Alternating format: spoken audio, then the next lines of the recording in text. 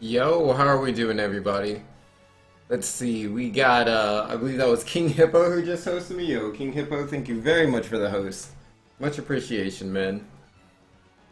And, let's see. I think I have everything sorted. The audio I haven't adjusted in a bit. You let me know if this is, like, too loud or too quiet. It might be the case. Let's go into a fight. That should decide it. Oh, it's way too hot for this. Let's get out of here. Yeah, much better.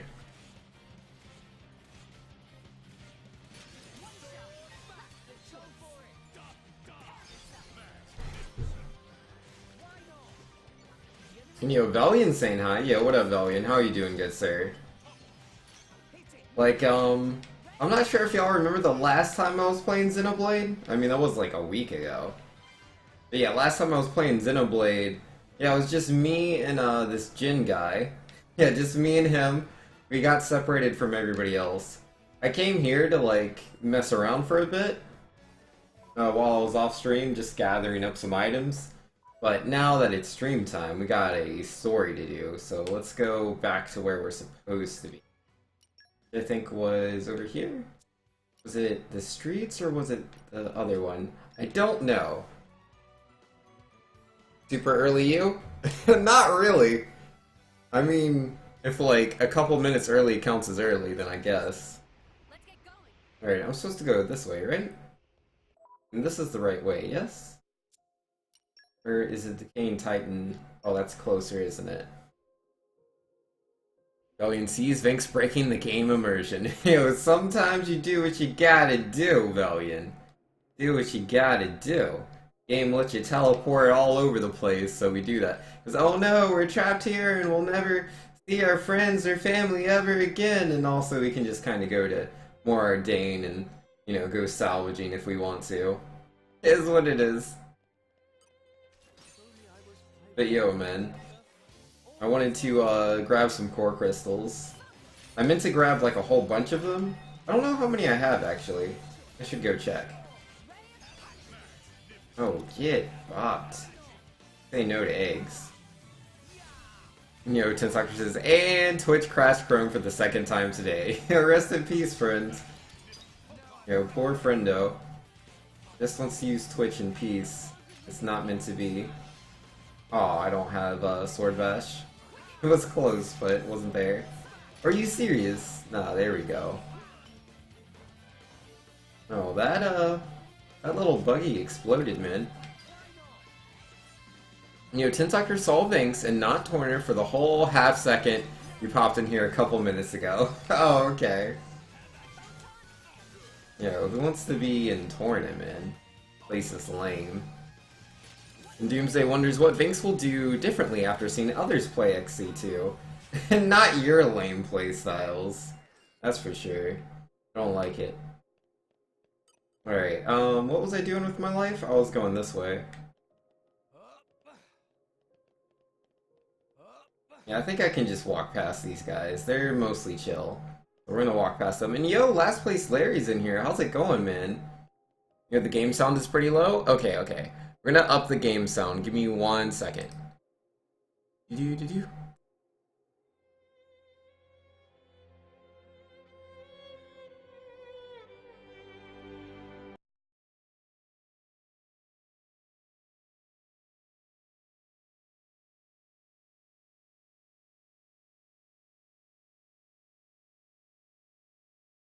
Alright, so we should now be back. The game should be louder than it was before. I'm not sure if this is loud enough. We were at, let's see, I would say we're at 45% volume. We're now at 80% volume. So, you know, that's quite a bit higher. Hopefully, this is good. No, I don't want to fight that. No, thank you. Ah, geesh. Hey, pretty. Come here. Grab one at super speed, huh? Yo, Tensoccer was saying, so I've been playing through Breath of the Wild again. I got that replay itch you get with everything eventually. Yo, fair enough, man. And, I don't know, I've been watching some things Breath of the Wild lately, but I don't know if I want to play it myself, but if people are doing cool things, I'm down to watch. I don't know, I haven't really been able to have as much fun with Breath of the Wild as when like the game first came out. Go get toppled, friendo. Oh, and launched in Smash. And GG, friends! Oh man, I need to find my friends. I'm so tired of fighting with just Jin. Oh, he's gonna knock me down! No! Rude! Ah. I have to walk all the way back up. I hate those red guys, man, because like I knew he was gonna knock me down, but I thought he was gonna knock me more backwards rather than off the cliff. But nope, off the cliff. Stupid red guys. And let's see, last place Larry says, Vinks, this has been fun and all, but it's time for you to go beat this game, so go do that. Okay. I mean, Larry specifically said that I needed to beat the game, so like now I have to. Like, that's the same thing as, like, I don't know, the Prime Minister in, like, the UK telling me to do it? I don't know who the UK Prime Minister is. But either way, let's beat up Zalador Goldo. And to be fair, I don't know most countries' Prime Ministers.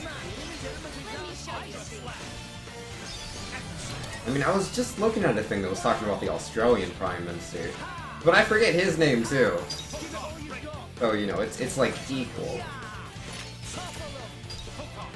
Oh, get toppled, dude. Let's see. Playing tank with Rex is lame. I mean, you can do whatever you want to do. Oh yeah! Whoops! These aren't exactly the blades I want equipped right now. These are my Saladin blades. Oopsie doopsies. I forgot about that. Hey, good pointing out there, friends.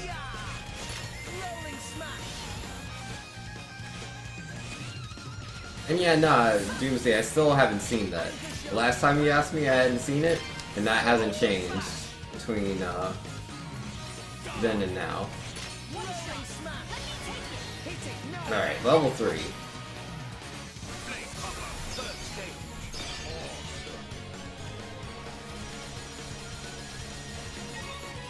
A 15k. I might learn something. That's fine. I'm sure it's some baby thing that isn't that big of a deal. That's what most of the things your advice are in like all games. Like, hey, did you know if you do this thing, you move 1 pixel faster? Well, that's cool, I guess. I mean, if I was like a Super Metroid speedrunner, like a world record one, maybe I'd care about the pixels. But yeah, no, if I ever did a speedrun of Super Metroid, I don't think I would do the like toggling, like the mashing of like L and R. Oh, that stuff bothers me. I don't like that. I don't like that at all. It's just not fun. I don't like mashing things like that. And like the reward's so little. Like, I mean, I know it adds up throughout the run, and I have a lot of respect for players that do it, but me personally, it's not something I'm into. Any speedrun game where you just kind of mash buttons the whole run, no thanks. I'll play something else.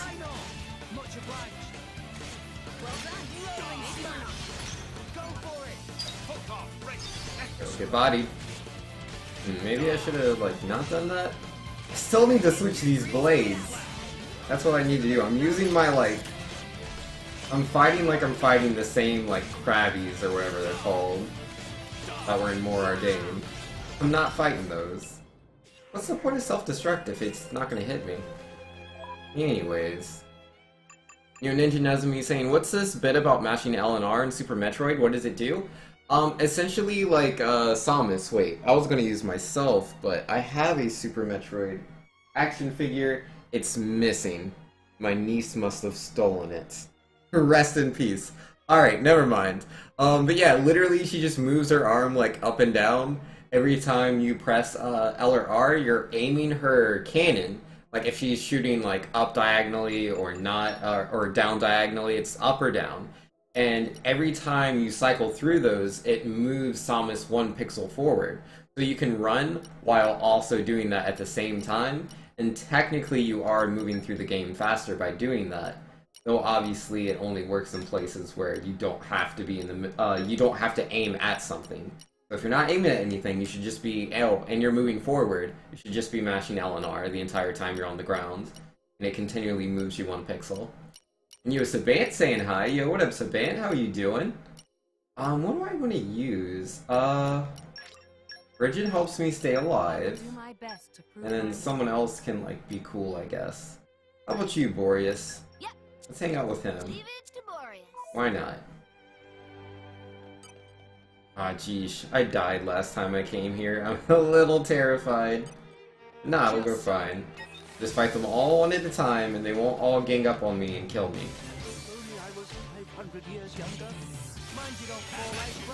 That's what you call a glitch exploit? I don't think it's considered a glitch. But I mean, that's always up to interpretation. What people consider a glitch, what people consider an exploit. I mean, in the grand scheme of things, you just move 1 pixel faster for each revolution of L and R. That's really not that big of a deal, so I don't think the designers, like, even know it exists.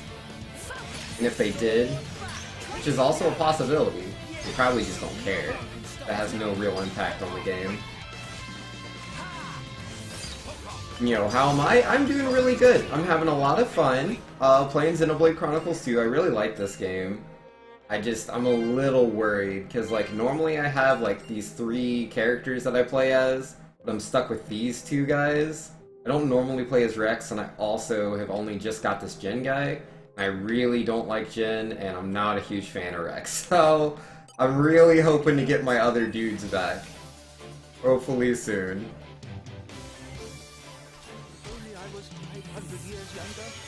You wouldn't do that either? It just sounds cheap?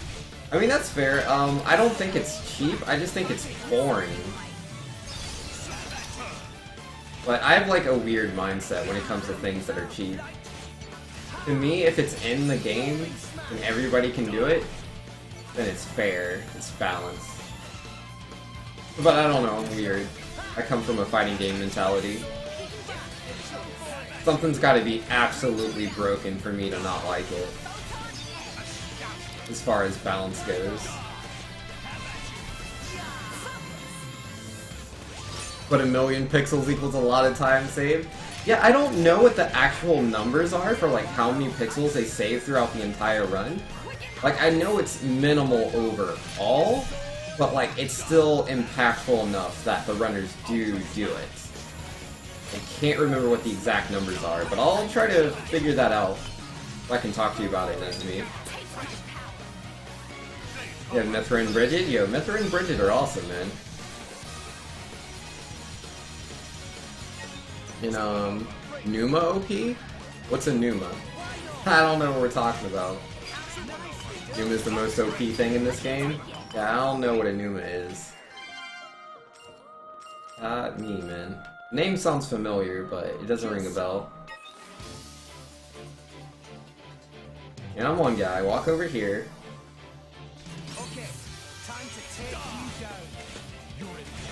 Numa's only temporary? Oh, are you talking about Ira and Mithra together? Isn't she just called Mithra? Numa equals Mithra, or Mithra plus Pyra? That's a really weird name. I think I like calling her oh yeah, just Mithra more. Super Saiyan Mithra. I think that's the best name. So you're a supporter of Bo Rai Cheese? I don't know what Bo Rai Cheese is. I have no idea. But I mean, I'm a fan of cheese and StarCraft, so yeah, maybe. I mean, at least Jin does a lot of damage whenever he decides to do that attack. Just so. Watch yourself, Rex. You can body bosses without Numa. I mean, yeah, though, or Numa, that's such a dirty name. Yeah, Super Saiyan Mithra. Yeah, no, I'm pretty sure the way this game works, its mechanics, you can pretty much do whatever you want. Which, to be fair, you know, that's most RPGs. I can't really think of an RPG off the top of my head where, like, you can't build any team you want and not be able to beat the game. Like, you can play so many RPGs incredibly suboptimally. As long as you grind enough, or if you take really good advantage of the game's mechanics, you can usually still beat the game. You know, like, beating Final Fantasy 1 with 4 white mages. It doesn't get much more suboptimal than that. 4 white mages is pretty bad. But, it can be done. You can beat the game with 4 white mages. Super Aegis scream? Yo, she's a Super Aegis, that's for sure.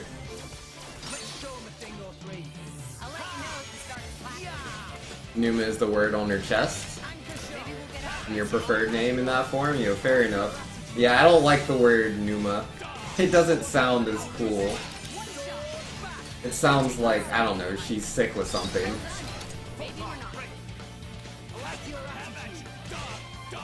Ninja Nezumi says, Bo Raicho Mortal Kombat appeared in Deadly Alliance, and an unblockable combo that could nail you for 100%. No way to break it, no way to avoid it if you got hit just once.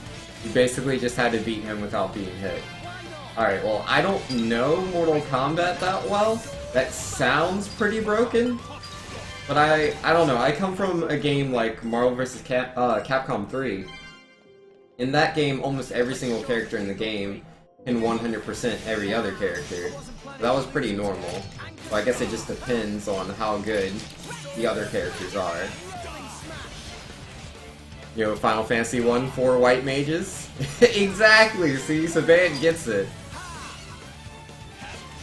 Yo, Easy and Dawn of Souls, hard in the original. Yo, I've not played Dawn of Souls. You know, oh wait, yeah, I already read that. Doomsday saying, but yeah, without chain attacks, Super Saiyan Mithra couldn't KO bosses. On the other hand, can KO them without it.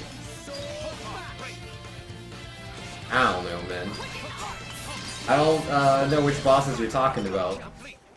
I mean, so far, I've only been able to fight one boss with Super Saiyan Mithra, and it was more of a tutorial than it was a real boss. So, you know, is what it is. What? What do I do here?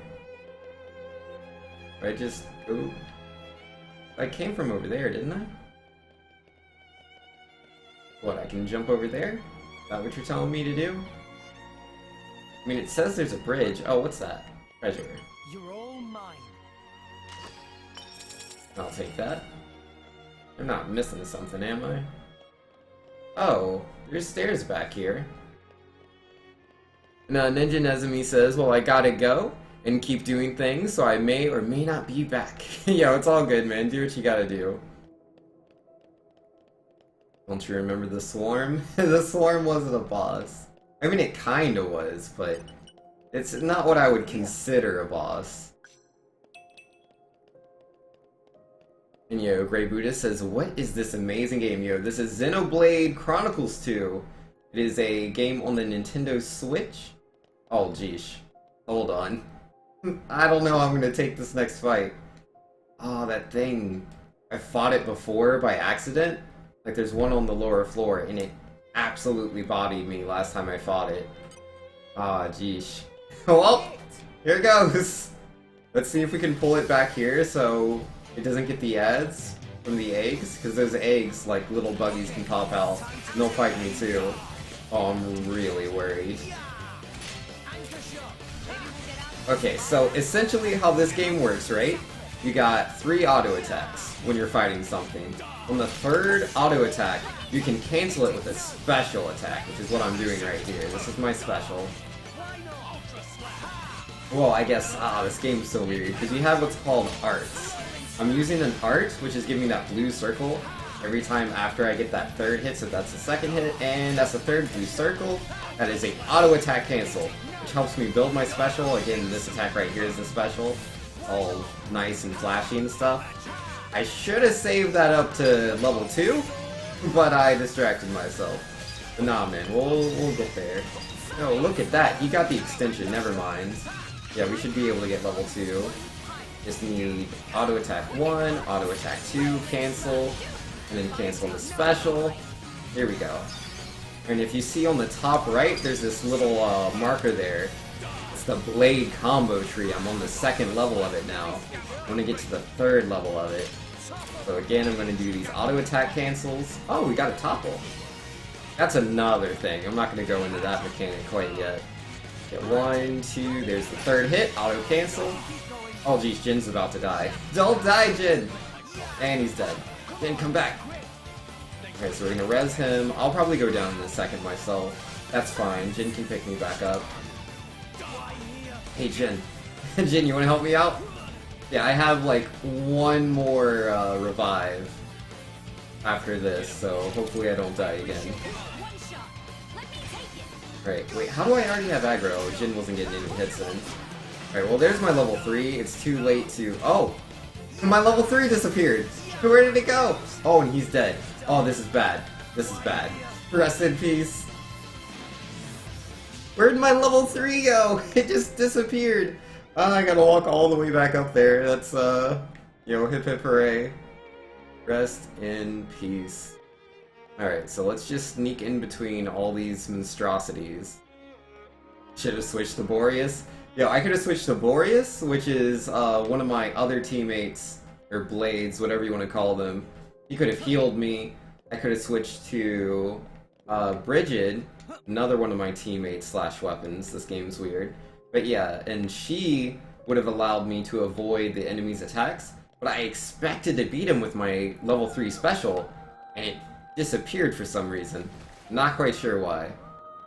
Alright, well let's work our way back up. We'll get him next time.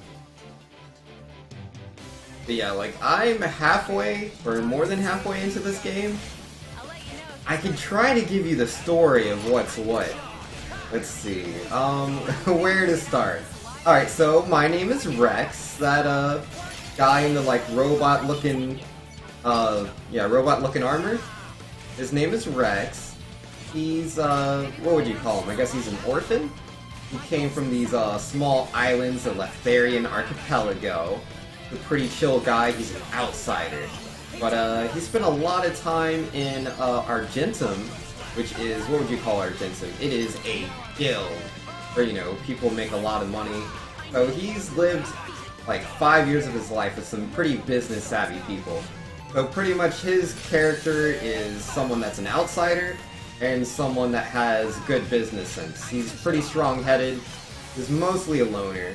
But then, this wonderful guy right next to me, his name is Jin. And he requested to have a Leftharian to join him on a mission. So I joined him along with a couple other of his allies. So me, him, and a couple of his buddies, we went off to this, like, ancient ship in the middle of nowhere. And that ancient ship had a super secret weapon, which was that girl right there. She's the weapon. She is the Aegis, a weapon from the ancient past. And well, I kinda activated her, you know, kinda like Tenchi Muyo. I don't know if you know Tenchi Muyo, but that sword you could get in that anime, she's pretty much that. So she's this ancient mythical sword, really, really powerful, sealed away. Kinda like, I guess it's a mix of the sword and Ryoko. But anyways, yeah, she's a sword and a person.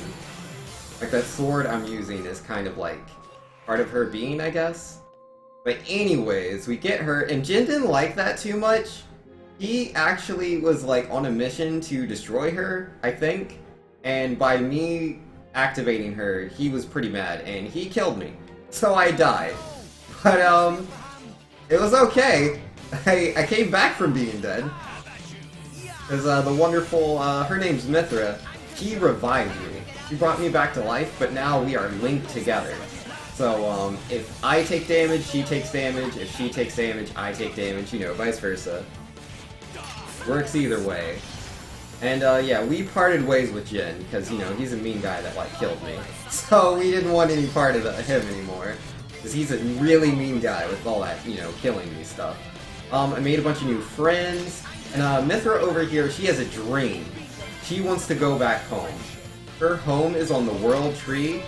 I think it's called Yggdrasil? Or no, it's Elysium. That's what they call the World Tree here.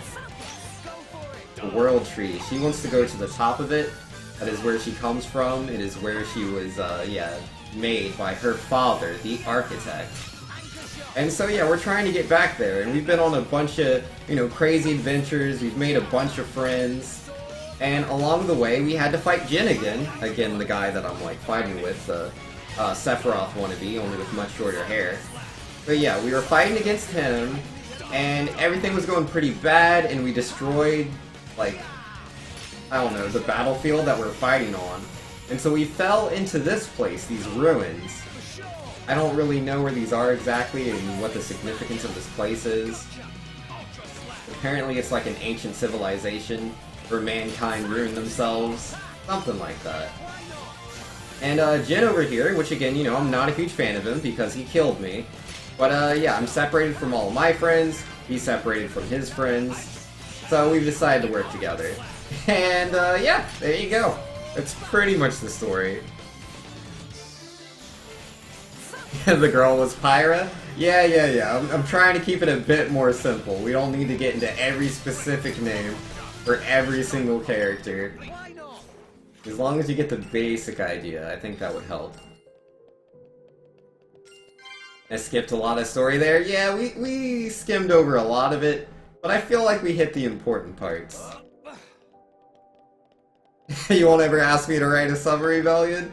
I mean, that is a summary. I mean, am I wrong? Did we not, you know, go around the world, make a bunch of friends, and then fight Jin because he was trying to stop us from, you know, getting to the top of the world tree? Because, you know, that is the truth.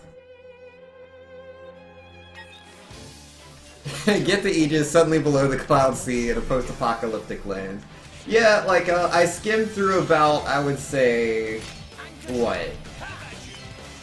40, 50 hours of gameplay? But, yeah, most of that's, you know, meeting friends, their little adventures they have to go on, one of our friends that doesn't trust us, another friend that's a spy slash not a spy. I don't know. There's a lot of things that happen, for sure. There's these different factions that are at war and stuff. But in the grand scheme of things, none of that really matters. It really doesn't. Really, it seems like the main goal of the protagonist is just to, well, get to the world tree. Everything else is just kind of in the way. But, you know, Rex, he's like Goku, he's like, Naruto, he's like any protagonist of, you know, one of them popular animes. He loves his friends, and he is willing to do anything for them, and if he sees something wrong happening in front of him, he will stop his mission to save the world, or his mission to fulfill his promise to the girl he met. You know, stop that injustice he sees before his eyes. That's just the kind of person Rex is. Unimportant things like character and story development. Yeah, exactly. I mean, if you really want, I could talk for like 10 hours about like what each character's arc was, you know? Like the things Tora's gone through, the things that Morag's gone through, the things that she's realized now with the party, you know, the things that Mithra has experienced in her bond with Rex. But we'll just go over that. Alright. Saban says, and where are all these friends? I only see 2 people battling. Yeah, that's the thing. Like, it was me and my friends versus Jin and his friends, and we kind of blew up the battlefield, and we fell into these ruins, and unfortunately, we got separated from our friends. And again, me and Jin, we are enemies, but because we, you know, there's no way we're gonna live here. You know, if we don't work together, we decided that, yeah, now let's put our differences aside and let's work together.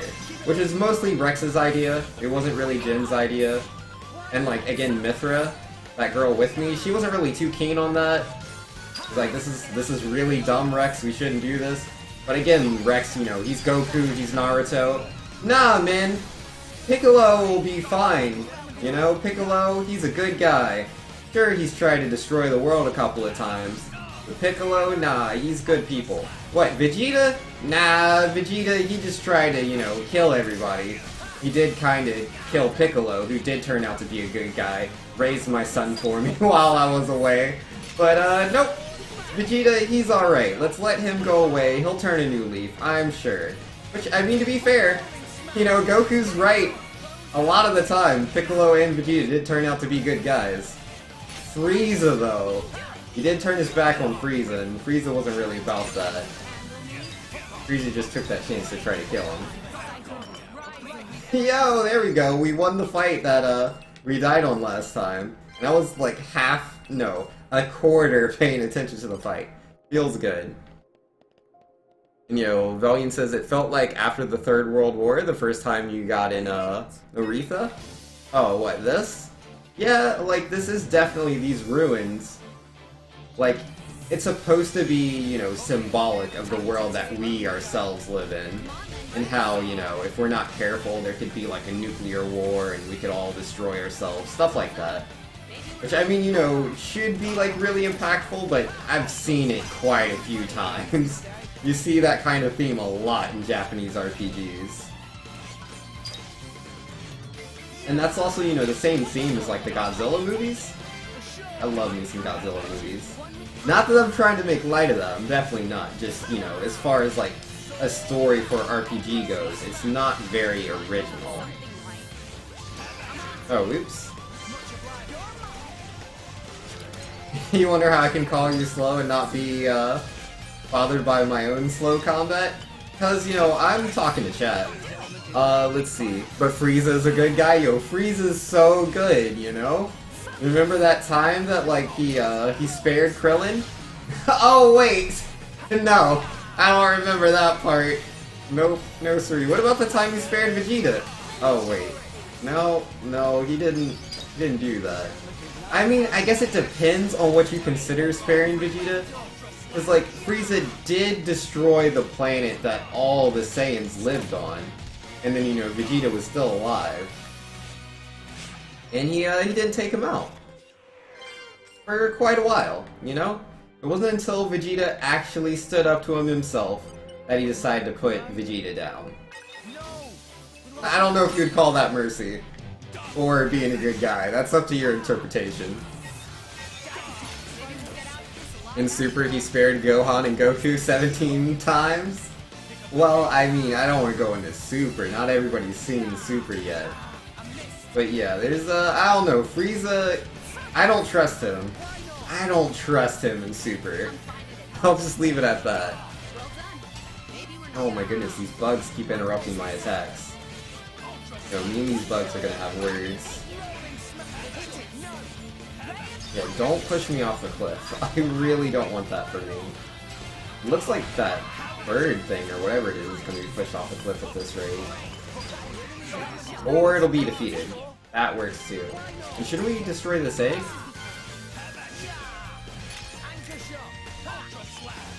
And true enough, sorry, feels bad, man. Yeah, it's all good, Savant, no worries. Yo, I love Dragon Ball Super myself. For anyone who isn't watching Dragon Ball Super, it's almost over. Like, they're almost done with the anime. I highly suggest getting into it if you haven't already started watching. It's pretty good. And yeah, again, like, probably by the time you even watch, you know, the first 10 episodes or so, the anime will probably be finished.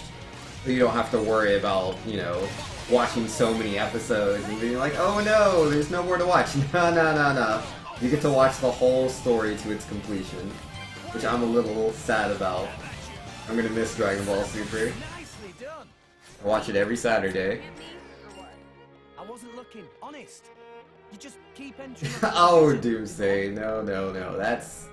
Oh, geez. Okay, so, I just need to get onto those stair things, right? This the way? This must be the way. And a jump. And the jump. There we go. And then over here. Aha! Yep, we did it. This is the way. I'm so glad I didn't fall down. This is where we were going.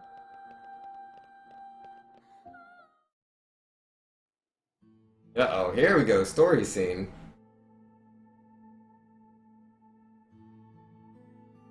So blades are born from crystals and titans from blades. The Titan, in turn, nurtures life. And someday, births new core crystals. Right. That's the life cycle of a blade. It is the way that the architect ordained for the world. Old Torna worshipped this cycle. In Old Torna, we revered the Titans, feared them. It was the sacred foundation of Torna, a nation where humans and blades lived in harmony. But humans couldn't live like that. The battle with Malos marked the end. It wasn't long after you and Adam left Torna. He did it. That worm of Malthus. The Praetor. What did he do? The one who really destroyed this place, it wasn't the Aegis.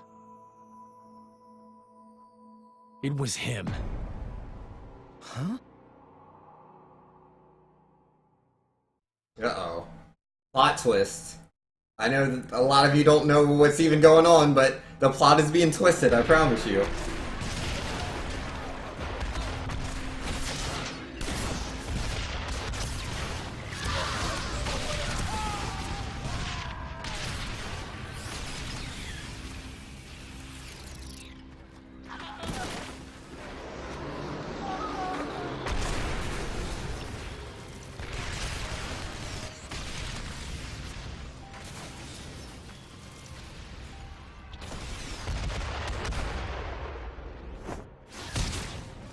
Laura!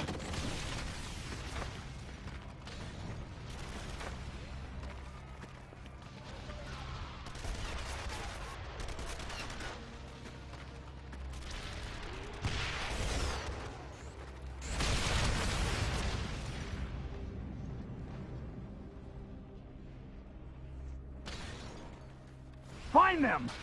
They must be somewhere nearby!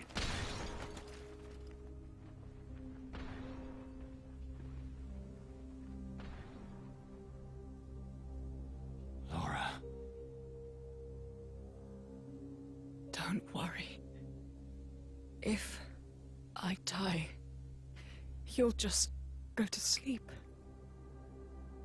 Someone will find you, reawaken you, someday. For us humans, being forgotten is a much worse fate than death. We struggle so hard to make our mark on the world. Laura! When you awaken, to you, it'll be like I never even existed. Jin, the thought of you forgetting me, it's like one heart is being ripped in two.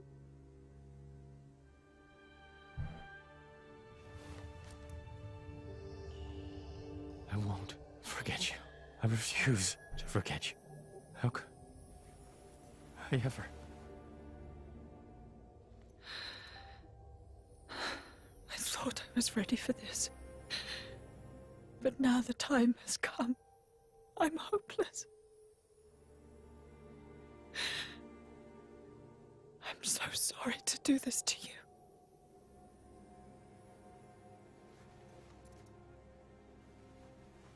There is one way. One final chance. A way that we can be together.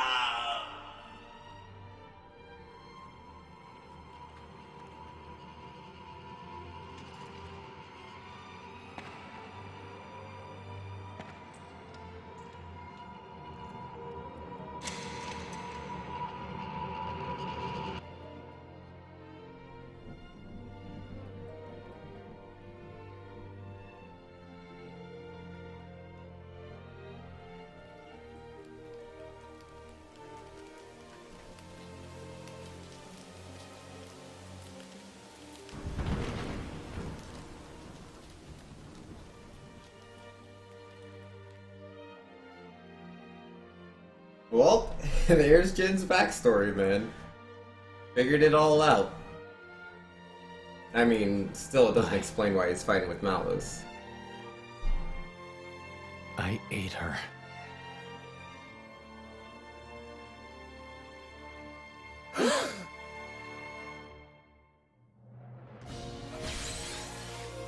Maybe we shouldn't have left. I never knew. Amalthus was afraid of the Aegis's power. After Malus was defeated, he tried to wipe them out. The remnants of Torna were annihilated in the attempt. But you'd already vanished by then, so we were slaughtered. For nothing. No, even if he wasn't trying to get you, Amalthus, the humans, would have done what they always do. We're the Architect's children. We turn into Titans, the ground beneath their feet, but they feared us. So that's the reason he attacked you. To save the world? No. His real desire for Elysium is his desire for the Architect's power. Amalthus wants to use it to wipe out Blades and Titans. So that's why he was taking care of Rex and the Aegis. Even so, even if that's true, you lot and Amalthus, you're the same.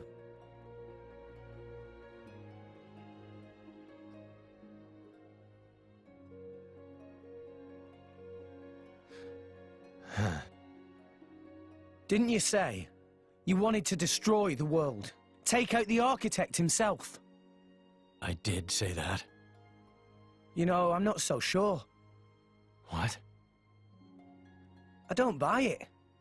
I can't believe that's what Yo, you're did really trying to Anonymous do just here. donate $20? Oh snap, dude. Why do you say I that? couldn't hear the notification. Yo, thank you so much. I could tell when we were fighting. Yo, I Anonymous, saw out it of in your nowhere. eyes. The sadness. I don't know It who was to thank individually Look because at it's someone who just wanted Anonymous. to die. But thank you very Someone with much. no other way out. You know, So I have an idea. it was the way Pyra looked the first time we met.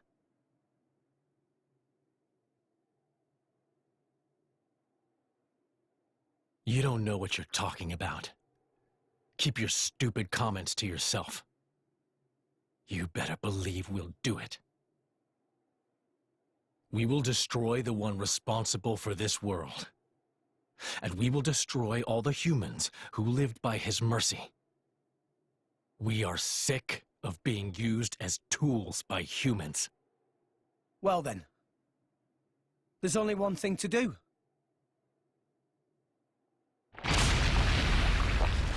Oh man, how long is this cutscene? As I thought. What's that? They're not really alive. Just autonomous cybernetic organisms. Once their central control is gone, they're programmed to act on their own. To destroy. These guys! Testaments to human hubris. Now do you see? Alright. So, first things first, man. Much love to Anonymous. Again, I have a vague idea of who that might be, but I'm not sure if they donated as anonymous because they wanted to be anonymous, or if they did it because they weren't sure how, like, it worked. But I'm just going to assume, for now, that they wanted to be anonymous, so I won't say anything. Thank you very much, Anonymous, for the donation. I really appreciate that. It's a $20 donation. That is pretty huge. And then after that, like for that cutscene, for people that have never played Xenoblade Chronicles before, let me try to catch you guys up. Alright, so there's these things called core crystals, right? Core crystals are, well, they're these magical crystals. They're like Pokeballs, I guess. And they open up, and out of them comes what's called a blade. So out of a core crystal is a blade. A blade, which, you know, you might think it's just a sword, but I mean, yeah, like it is a weapon. That weapon comes with a whole person. Like, again, it's like Pokemon. Out of the core crystal, the Pokeball, pops out the blade, which is like that girl next to me, Mithra. She's a blade. Like, blades are like these warriors of different elements. Sometimes they look human, sometimes they look like some sort of monster. But either way, blades are these monsters that team up with me to help me fight. And yeah, these monsters always come with weapons, that's why they're called blades. And usually they give their blade, their weapon, to, for me to use. Now these blades, you know, they're really magical, and over time, they grow up to be these things called titans. And titans, as the name implies, they're really, really huge.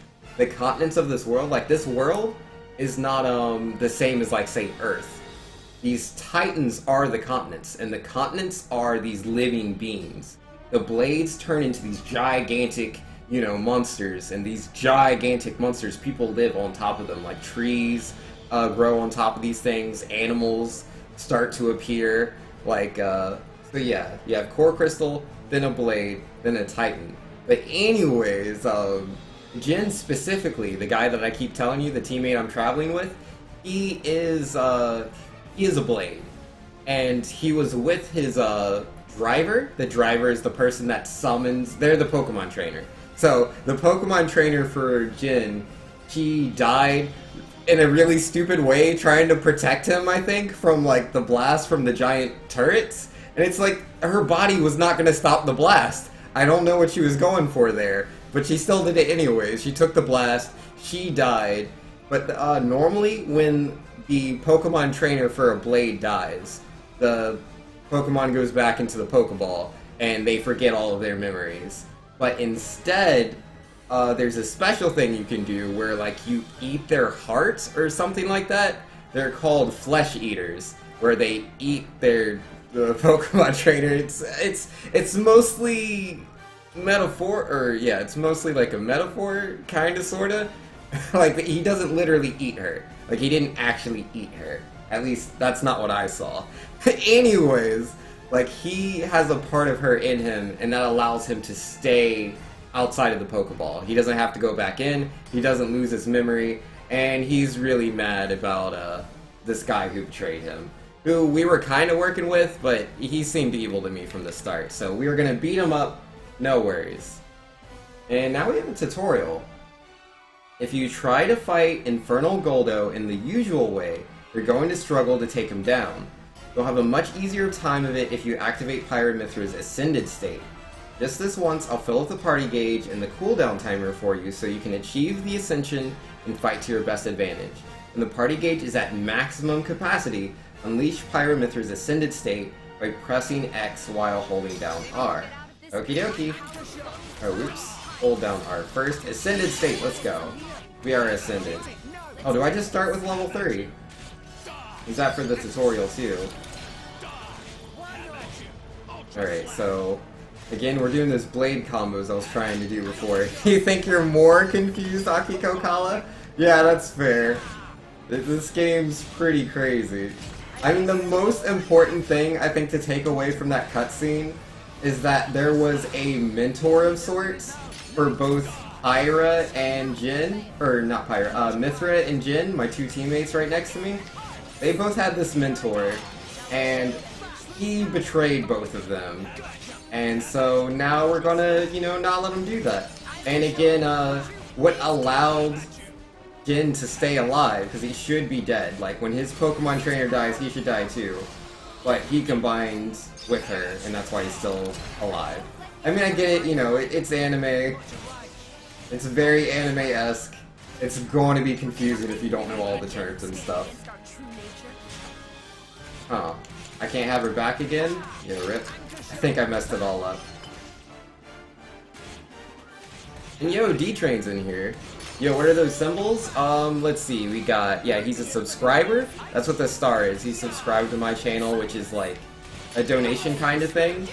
Like, D-Train, he pays like $5 a month to become one of my subscribers. And so that's what gives him the star, which allows him to use like specific emotes. And then he's also a moderator in my chat, so he can like time out people. That's the sword. Jin! Pyra! Use the artifice! It's no use! The Cloud Sea is interfering. I can't get it commands. Damn. So it's all down to us, huh? Pyra! Move in close if you can get a shot.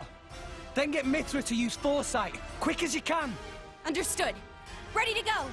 Okay, let's do it. I thought that fight was gonna be a lot harder. Lightning. Could it be? Look! Rex! Rex! Pyra! You okay? Jin? What the hell? That can wait. First, deal with that. Okay! Well, we got our friends back. Those are those friends I was talking about earlier. Alright, so... I like to play as Zeke. He's like, oh man, explaining all the characters. I don't know, he's really conceited and, he seems really dumb, but he's actually kind of smart.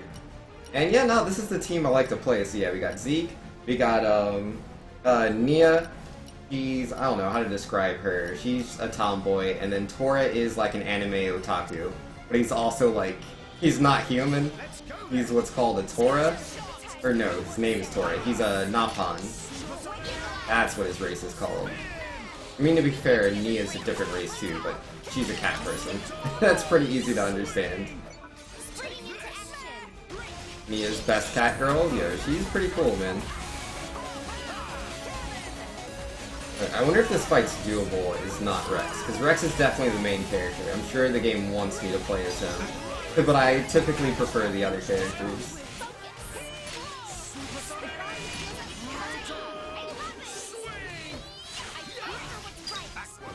Alright, level 2, blade combo, let's go! Alright, we're almost at level 3, let's keep it up. And yo, Grey Buddha just subscribed, $4.99. Yo, thank you so much, Grey Buddha. Thank you so much, dude. I really appreciate it. It's really, really nice of you. Yo, Tora made Poppy the best robot? Yes, Tora made his blade. But I didn't want to go into all that. There's so many things, man. It's really hard to understand the game coming into it this late. Alright, so yeah, this girl right here, she's one of my blades. And bam, 45,000 damage. Alright, so I just did what's called a blade combo. At the end of a blade combo, it leaves an elemental orb. It's hard to see because this guy's so big. Yeah, there's a blue elemental orb circling around him now. I put that there by doing that combo we did earlier.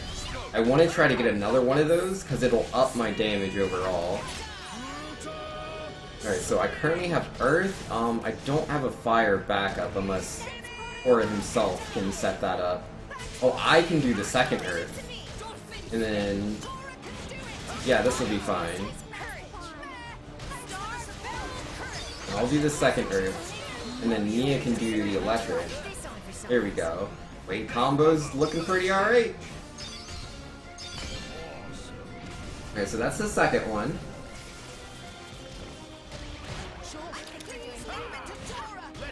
Alright, do I want to start with fire? I don't remember what's a good one. Yeah, start with electric. Let's do that.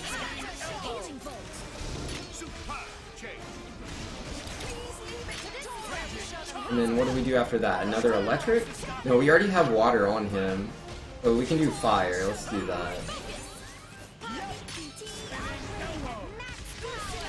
Alright, so there's fire.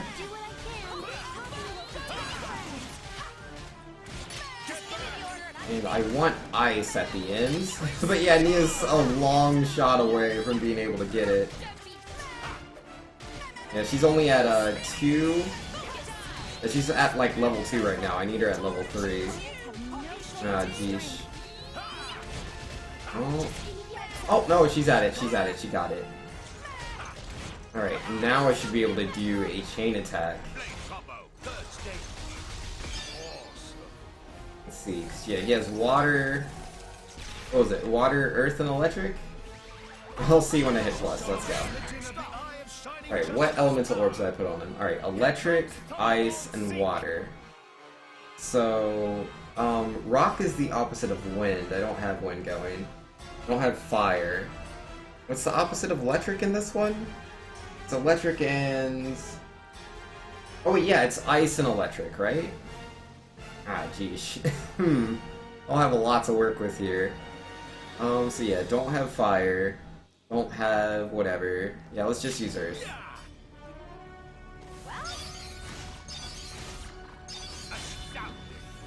Alright.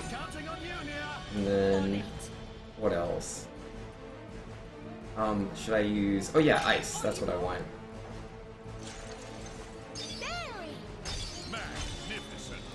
Wait, what?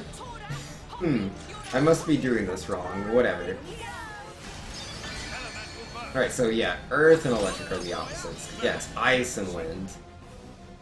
Okay, so now it's, we got Weakened Ice. I still don't have a lot of Fire. Work with what you got. Let's use Pandoria, Electric. Alright, that weakened Water a little bit. Again, don't really have Fire, but that'll be fine. Let's go with, yeah, let's just use Dromark. He's the strongest blade she has. And yes, Poppy's Fire. Nice. Alright, that only leaves one thing. This is not doing as much damage as I thought it would. Yeah, let's just use Pandoria. She's my strongest blade.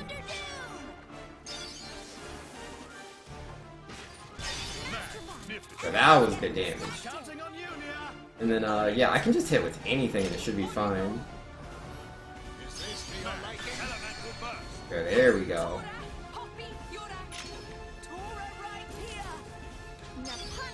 Yeah, this thing is weak to electricity. That's good. So, electricity it is.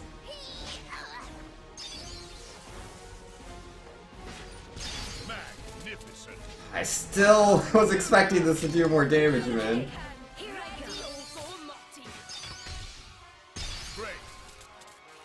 It did like nothing, I swear.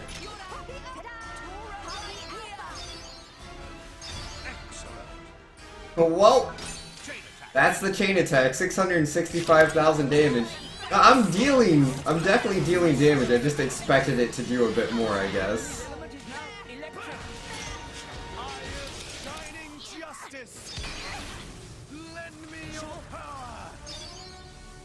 Alright, Eye of Shining Justice, let's go! I mean, again, he's weak to electric, so I'm trying to get this in there. Alright, let's see. Oh, I'm gonna die. I have so much aggro. No good. Oh, I can't see anything. Oh, we did it! Or I died? I died and won? Which one takes precedent? Oh, yes! I win! Nice! Let's go! Oh, I don't know how that went through, but I'm okay with this.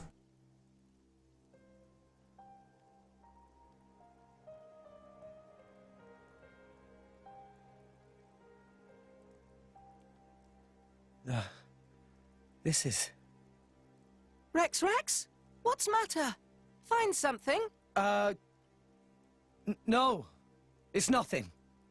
We talk about what to do next. Rex should join. Yeah. Okay.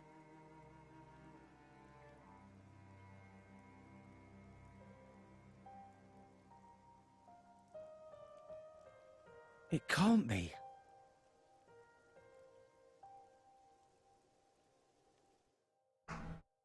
Yeah, I have no idea what that was trying to imply. I guess that was like a person before, I guess? Climb up the world tree to the top? Very, very tiring.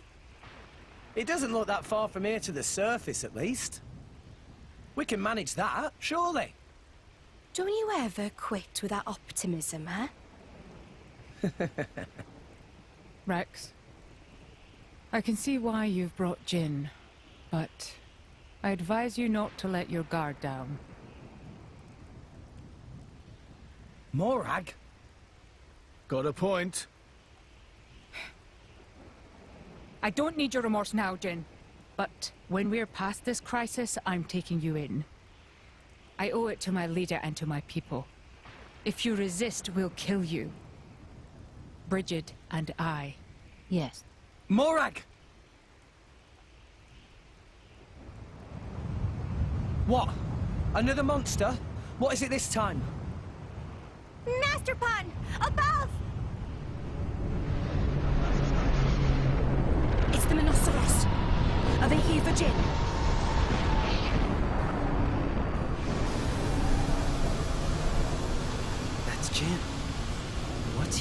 them.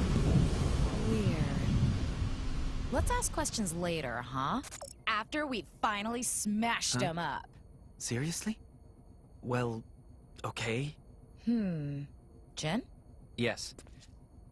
Don't attack, he says. What? But it's the perfect chance.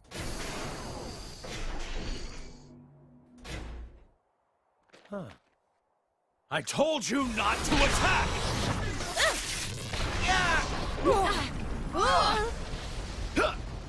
You sly devil. Hid that one up your sleeve, didn't you? No idea why he said that, but he must have his reasons. Huh? You can't be too predictable, right, Mick? Sounds like a plan. Never seen that side of Jin before. Let's bring him up. Then it's World Tree climbing time. Yes, sir. So, those are the bad guys. Those are Jin's friends.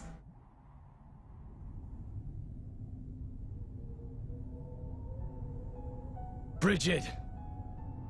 Huh? You're still... like you used to be. Jin.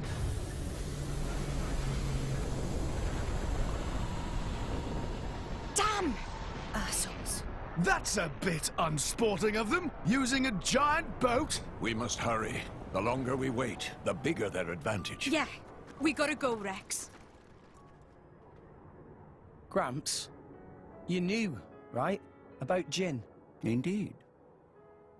Why didn't you tell me? He is not like Malos. To be honest, I didn't know if you could handle it.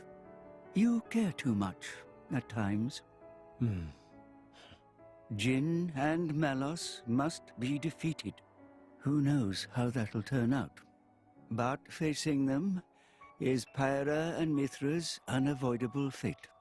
So, I kept quiet. Pyra and Mithra's fate? She shoulders the burden of sustaining your life. Rex, what burden are you taking for her? Can you live for something and hold true to it? Yeah. Of course. I'm living for them. Pyra and Mithra. I see. Well, I guess you're okay then. Just be sure to walk your own path, Rex. Believe in yourself. Rex! Old man, what are you doing? Old man? Sorry, wait up! Alright, are we ready to go? Do I get to play the game? Yeah, there it is. Alright, so, let's see. Meet Ofen was asking about this game, wants to know if it's all about, mashing A to win. It is absolutely, definitely not. This game does not have mashing to win in any way, shape, or form. I mean, if it's definitely a JRPG.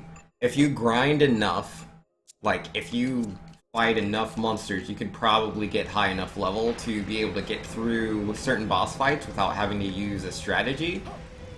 But if you don't understand the game's mechanics, and you're just pressing buttons, you're severely limiting yourself and your damage potential.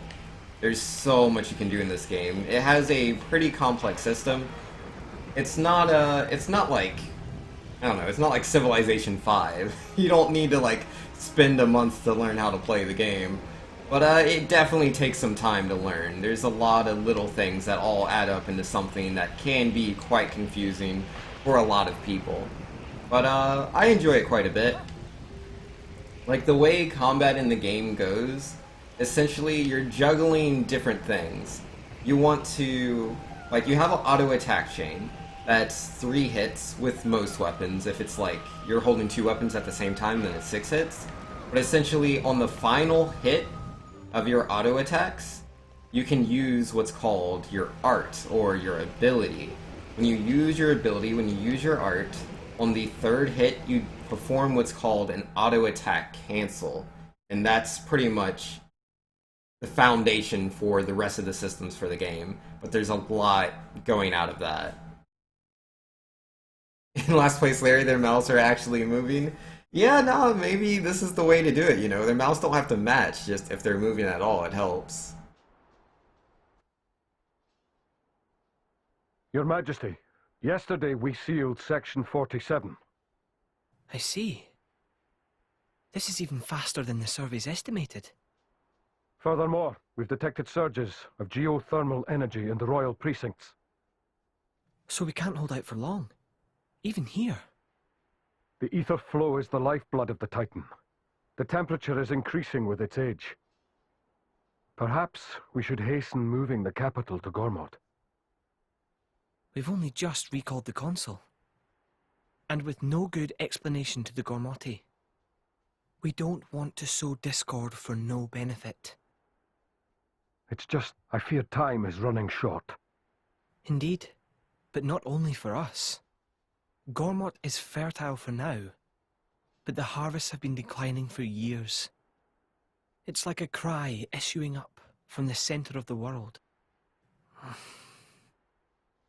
Your Majesty, what is it? Nothing. Just my imagination. My sister. Where are you now? Yeah, that scene over there is pretty much, there's like, again, there's continents on this world, and the continents aren't just rocks, they are living beings, and they can eventually die. It takes a long time. They get there. The Great Void, it's almost completely gone. After all, the Great Void was Ophion's doing. Yes, indeed. So with Ophion gone, the Great Void could not support itself. If only we were above the surface, we could easily cross. I mean, it doesn't look impossible to climb, but it's nastier than any mountain, that's for sure. Everyone. Here. Pyra.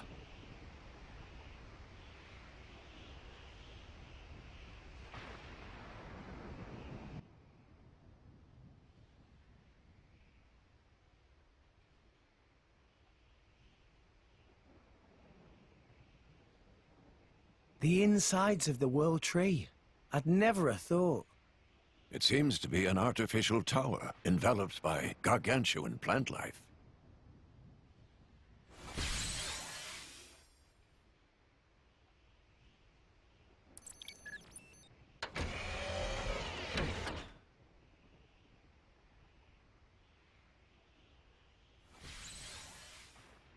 It seems like we could use this to travel up. Up? Pyra? What did you do? Honestly, I'm not sure myself. It's like my body is remembering something all by itself. It must be another power granted to the Master Blade by Father. So, we need to hurry. Why? Well, this was hardwired into my brain. So, Malos must have the same thing. Not good. Seems this is some kind of elevator. That's some fancy glazing. Ooh, you never were good with heights. Shut your eyes. Let's go. Oh, do I get to control the characters? Oh, snap! Yeah, nah, it's been a lot of cutscenes, man. Like, it really depends on the chapter. Like, I'm pretty far into the game, so it's like... There's been so many things that have been mysterious, and now it's trying to, like, answer, you know, the past of Jin and the mystery of Elysium. So there's a lot of cutscenes going on right now. The game has just a lot of cutscenes in general, so it's not too different from normal. But this is a bit more on the far extreme side as far as the cutscenes go.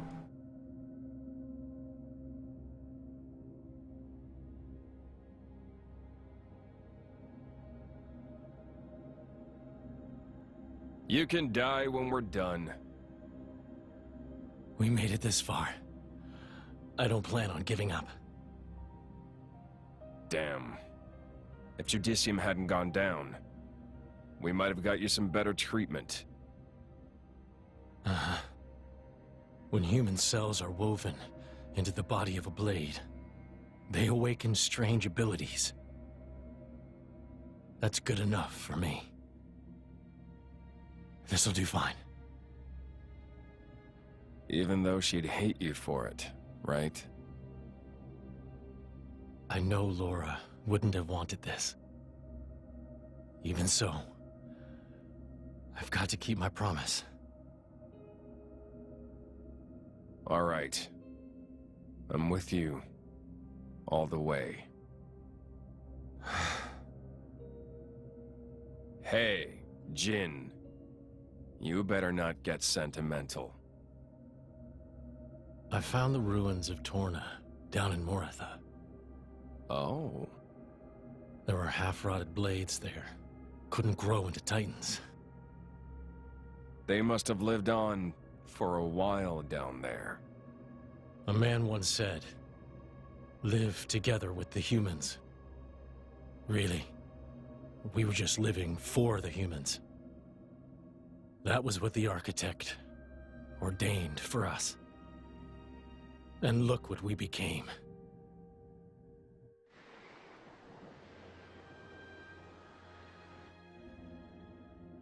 You're still sure about what you want, right? That thing. It's a reminder. To remind me what a fool I was to ever have faith in the architect.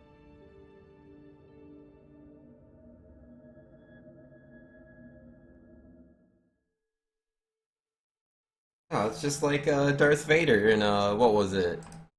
What was the movie? The like side story? Rogue One, right? Yeah, Star Wars Rogue One. How like Vader has his back to tank, just looking out so that he can see Mustafar where he lost the fight with Obi-Wan. It's a reminder, not that, you know, he's sympathetic towards Anakin. No, Anakin died. No, it's to remind himself the power of the dark side and the weakness of the light.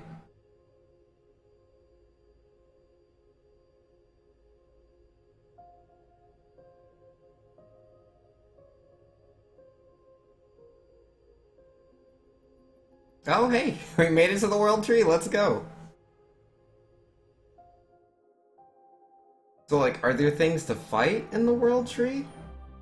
This looks like an area where I would fight things. Yo, Hideo Kojima the game? I mean, I guess. And your last place Larry, what's up with the death counter? I don't remember what my deaths were, I forgot to reset that. Because it was at 0 for Secret of Mana, and then we died one time today. But we added that, and well, you said 150, so I put 151. Oh, let's beat these things up, this'll be easy. So yeah, let me show you the combat system I was talking about. Like, obviously I'm like higher level, so I have access to things you won't have at the start of the game. But for one, like, I'm gonna use one of my abilities here. Or I shouldn't say ability, I should say art, that's what the game calls it. The, on the bottom right side, you have this, like, what, plus looking shape, or diamonds? Either way. Like that diamond over there, you have an ability on the north end, the south end, and the west end. The north end there, that is my supersonic spin. It tells you what it does. It's AoE, and it has an aggro down effect. So if I use that at the end of my auto attack cancel, then yeah, I use that move, but also if you pay attention to the right side of that diamond, oh I died. But yeah, if you pay attention to the right side, you'll see the Roman numeral 1, and it has this red line on it.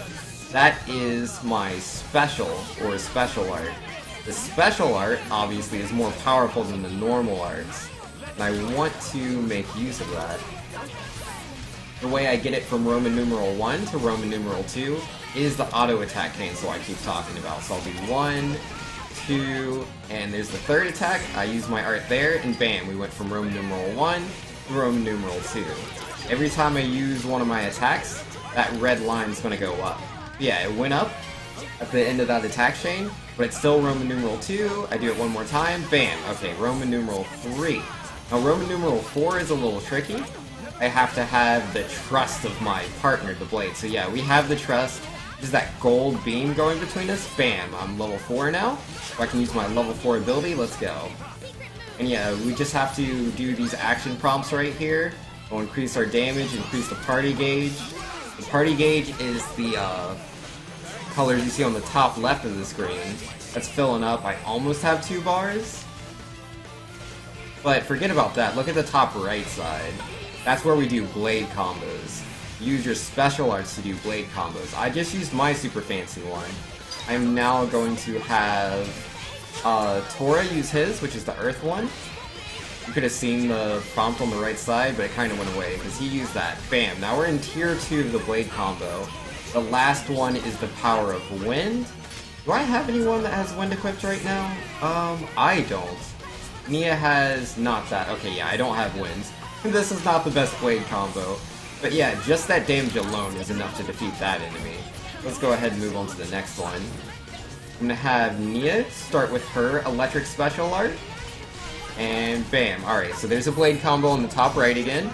The second part of that would be electric. I have an electric blade. If you look on the bottom left of the screen, there's water, earth, and electric.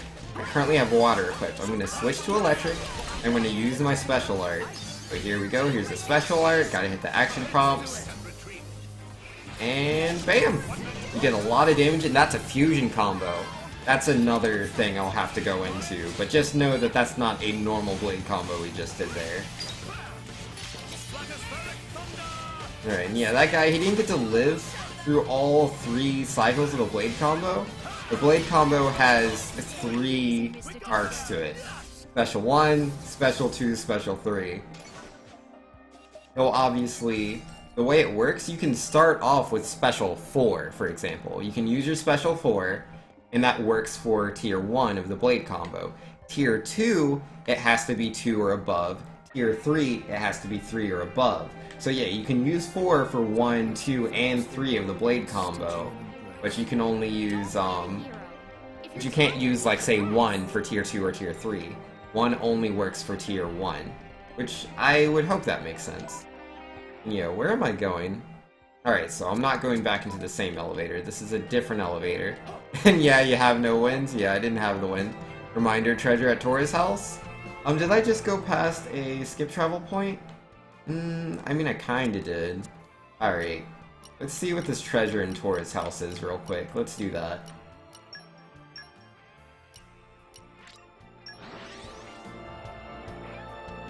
Yo, cool 85, Poppy is life. Yo, Poppy's one of my favorite blades in the game. He's Tora's blade.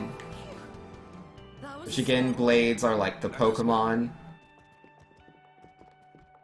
Yeah, that girl right there, the robot maid. That's not her normal form though. Why is she in that form? She should be, because that's her QT form, not her alpha form. I thought I had it set so that normally had her. Yeah, I guess it's switched. Let's re-switch them. There we go. And there we go. There's your normal form. Yo, nice job fighting and explaining. Thanks. I was doing the best I could. Hey, Dadapon. You feeling okay? Your fluff look ruffly. Huh? Oh, it Tora. Me not too bad. Tum-Tum is quiet. Master Pawn is careful with health, good food, much sleep, regular poo-poo. Indeed, body of Dadapon is temple. Oh, too much info for Tora. So then, why make grumble noise? Well, thing is, was thinking of making new mode for Poppy. Oh! Tora and Dadapon have same idea. Tora was thinking, it about time Poppy got even more Poppy power. What? Tora think that too? Truly Tora is Sonnypon of Tatazo, has Dadapon's ideas too. So, what was Dadapon's idea? Tell Tora. Tora excited. Okay, Dadapon will let cat out from bag.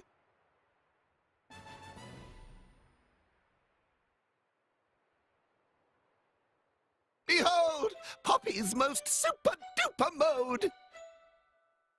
What's this? You like? Tora likes so much, run out of words, maybe? This mode called Super Fighter Mode!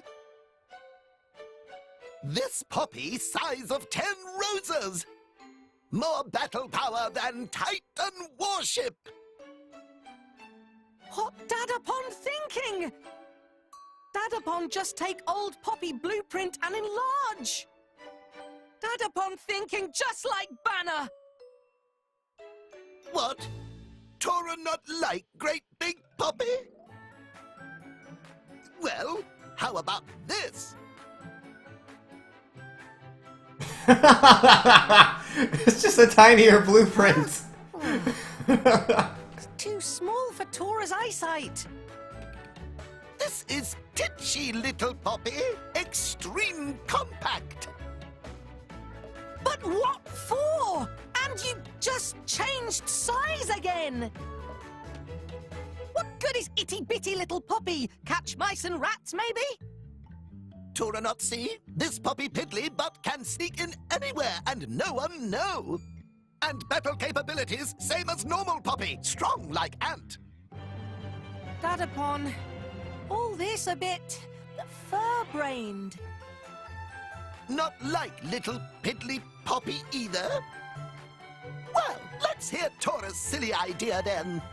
Really want to hear? Really? All right. Tora suppose can share secret. Tora's big idea called Poppy Cutie Pie.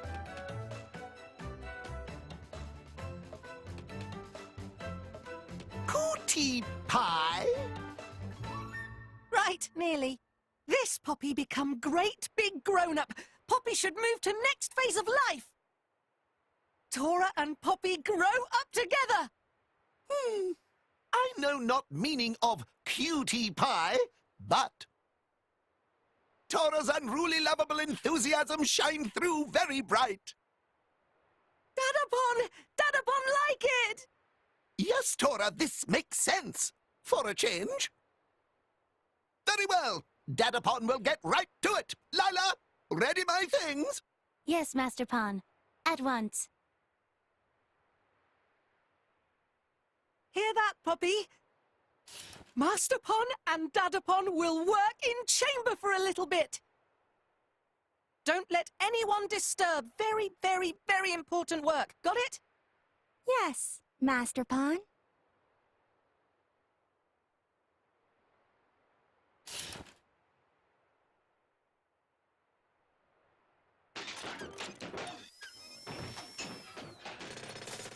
What are they working on? What's the little ball of fur getting into Does this she time? need to be in there? Unclear. It sounded like they were going to try to power up Poppy somehow. I also caught some bollocks about growing up and phase of life. You'd know. You're the master of talking bollocks. Huh? How dare you? You know exactly what I mean. Well, I guess this means they're going to remodel Poppy. Guess so. Whatever it is, looks like they won't be coming out of there for a while. Nothing for it. Why don't we go and take a rest at the inn?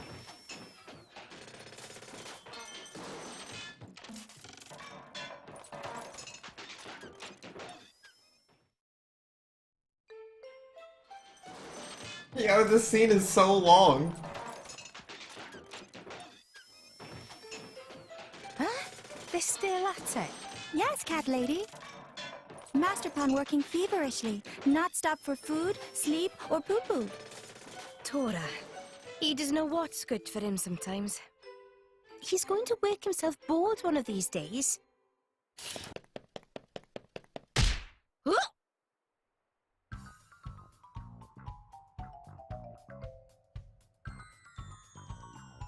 My lady! Ta-da! Master plan of Tora complete! Master plan? Sounds great. But what on earth is it, Tora? Behold! Really something, huh? Oh! Behold! Final and bestest form of Poppy! My lady! Are you quite all right? Yuck! Dora, is this not too much? Only yesterday, Poppy was Little Pom. Maybe she grew too fast. Tora not care.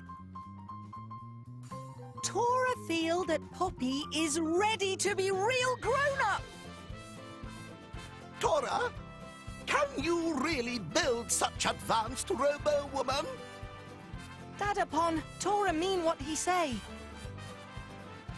Destiny calling for Tora. Rude not to say hello back. Well said, my Little Pom. Oh.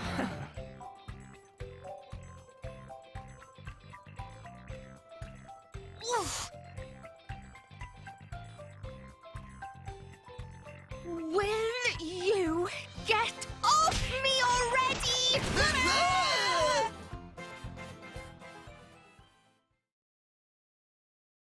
Yo, powered up Poppy. Quest received. Alright, what do I gotta do? Oh man. This game is so silly sometimes, man. Well, do I have to do this heart-to-heart, or I gotta talk to him?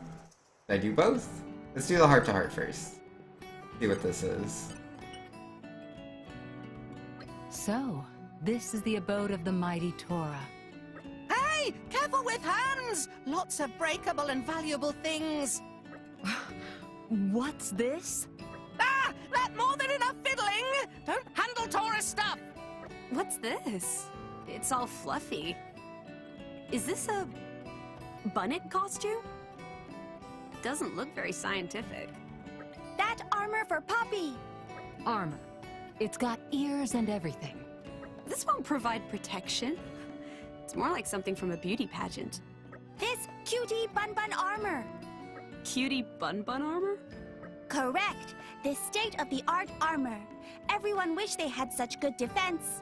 Additional function is to cheer up Master Pawn with extreme cuteness. It looks like that's its primary function. Cheer up effect can be boosted by initiating tail wiggle dance protocol. Tora, I think you have a little explaining to do here. Nah, it's not a bunny costume, it's something else. If you listen to Tora's explanation, it make perfect sense. I'm all ears, Tora. It's not thing that Tora make. Nothing to do with Tora, really. This creation of Dadapon and Grampypon, Tora never used. Is this true, Poppy? Correct. This armor was designed by Master Pawn's Grampypon. Master Pawn's Dadapon improved design further and perfect its defensive capabilities. Huh. Is that right? That entirely right. Tora not fib teller. Master Pawn put finishing touches in form of tail wiggle dance protocol. Master Pawn worked feverishly on this feature. Tail wiggle protocol consume Master Pawn's waking hours until he perfect wiggle angle and ear flap rate. Oh, is that so? That's very interesting, Tora. Poppy!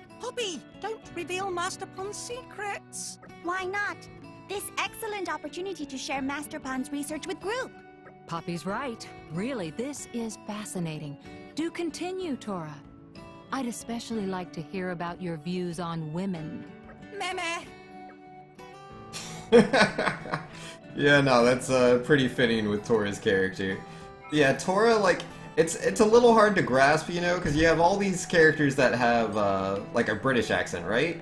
And then, like, him, he speaks super weird, because he's not only, like, you know, British, but he's also a Napon. Like, that's the race, the species he is. These weird bunny things. And so, yeah, they talk in a very funny way.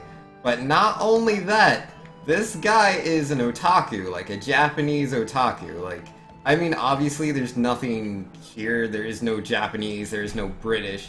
It's just as far as, like, characters go, like how we're defining them, how we perceive their characteristics. He is effectively a Japanese otaku. He's really into robots, he likes maids, he likes really cutesy things. He's a shut-in that, you know, just lives in his house all day, eats a bunch of junk food, and designs cutie outfits for Poppy. It is what it is. And apparently it runs in the family. Now is time to begin upgrading of Poppy. Tora, I prepare workshops for upgrade process. While I do this, you gather necessary materials.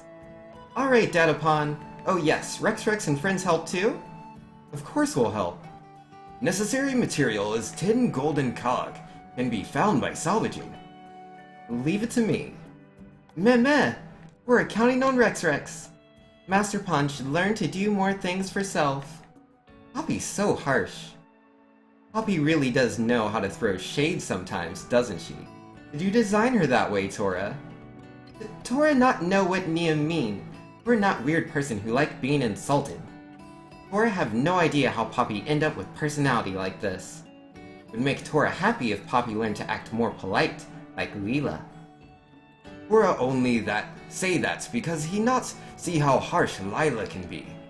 When cleaning up, Lila always try to throw me out with trash. When inside house, Master Pon generally fall into same category as household waste. See? Lila no more respectful than Poppy, really. Yeah, these two are sisters, alright. Less complaining and more upgrading little sister of Lila into wonderful new form. Lila have difficulty containing anticipation. Right you are. Tora, hurry and bring necessary materials. Of course, Datapon. What is point of Master Pon getting motivated when Rex do all hard work? Poppy's still too harsh. Yo. Oh, this is silly, man. Yo, this quest is long? The cutscene for it's definitely long, that's for sure. Alright, oh, that's his bed. Investigate. Basics of Tiger 1, 2, and 3. Interesting. I don't think I need those, though. We said I just need to salvage the things? I don't already have them, do I? Need golden cog, huh? Do I have that? Okay, 0 out of 10. Let's go get them. You said all I have to do is salvage, right? Yeah, let's, wait, no, not start, that's the wrong button. X. X is the quick travel button, and that takes us straight to this town. The salvaging materials, I think, are over here. Yeah, salvaging is another part of the game. It's pretty much how you make, like, all the monies. It's not, very hard to do. It's pretty easy, you just have to go a little bit out of your way.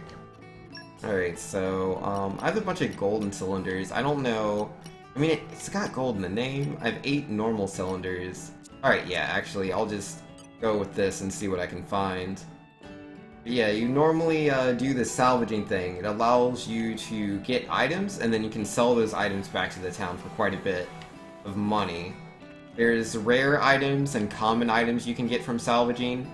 Obviously, the rare items are worth more. There's usually certain combinations of items you need to turn in. So if you're impatient, you won't make as much money as you could. Rex, check this out. Oh, she has salvaging mastery. I'll bring something great. Alright, so I just have to hit these button prompts. It's just like doing a blade combo. Or using the special attacks to do a blade combo. Just certain prompts you have to press. This looks like it'll be something good. Alright, let's see. Did we get this gold circle thing? Oh, something's shining pretty bright. Let's see, I'm looking for a golden cog. Nope, that one's a helix tube. Golden cog, golden cog. None of those were it. Maybe all in the treasure chest? Nope. Alright, so not so much luck there. Oh wait, it says I need to go to Temperantia. Whoops. Yeah, so we don't get that here. We get it somewhere else, but I knew that. I was just showing you guys what salvaging is. Ha ha ha ha ha. Alright, so let's hit that quick travel button. G, so we can switch the continents. And yeah, these are all the continents. Most of them are giant animals. Let's see. Called the, Titans. And, Sabant says, do you think someday there will be a port for these games to PC? Yeah, probably not. I don't think so. It's not like Final Fantasy, where it's just done by Square. You know, Square's its own thing, with no ties to any systems. I mean, they used to have ties, but that is definitely the past.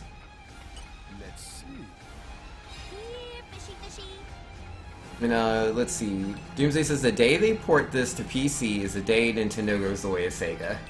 Yeah, nah. Like, obviously there's certain deals in place, so they can't just port this game. It's the same thing as, like, Bayonetta. Like, Bayonetta did eventually get to PC. You know, it is third party. It's done by, what's it called? Platinum Games? But, that's more their thing. Like, Bayonetta 1, that existed before, so there's more leeway with that. I was surprised that Bayonetta 2... Wait, did Bayonetta 2 come to PC? I'm not sure, but either way, there's certain deals, you know. If those deals fall through, you know, things could happen. It's just not very likely. Shouldn't be too long. Oh, rip. Onwards. Yeah, when they were working on Xenoblade 2, I believe half their team was also working on Zelda. They were helping with that. But yeah, they have pretty close ties with Nintendo right now. So is Bayonetta good? I wouldn't really be the person to ask about that. I have not put a lot of time into Bayonetta. I'm not a huge fan of, like, hack and slash games. Like, sometimes they can be fun, but I don't play them very often.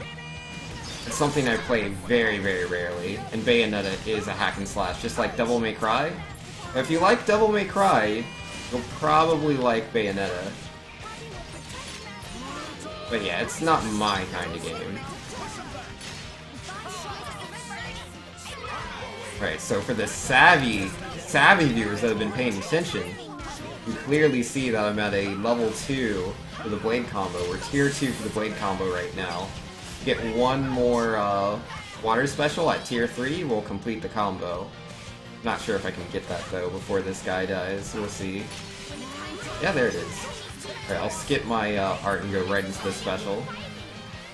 This is super superfluous. Was not really needed, but going for it anyways. Yeah, camera angles can be a little weird sometimes. Like, the game zooms in, so you can see, you know, the things more impactfully, dynamically. But yeah, like these walls here, kinda got in the way. It was really zoomed in, more than it should have been. Hey, this is Temperantia, isn't it? Where's my golden cogs? Maybe if I use the gold cylinder. Oh, oops. I need to level up her salvage mastery. It should be level 2.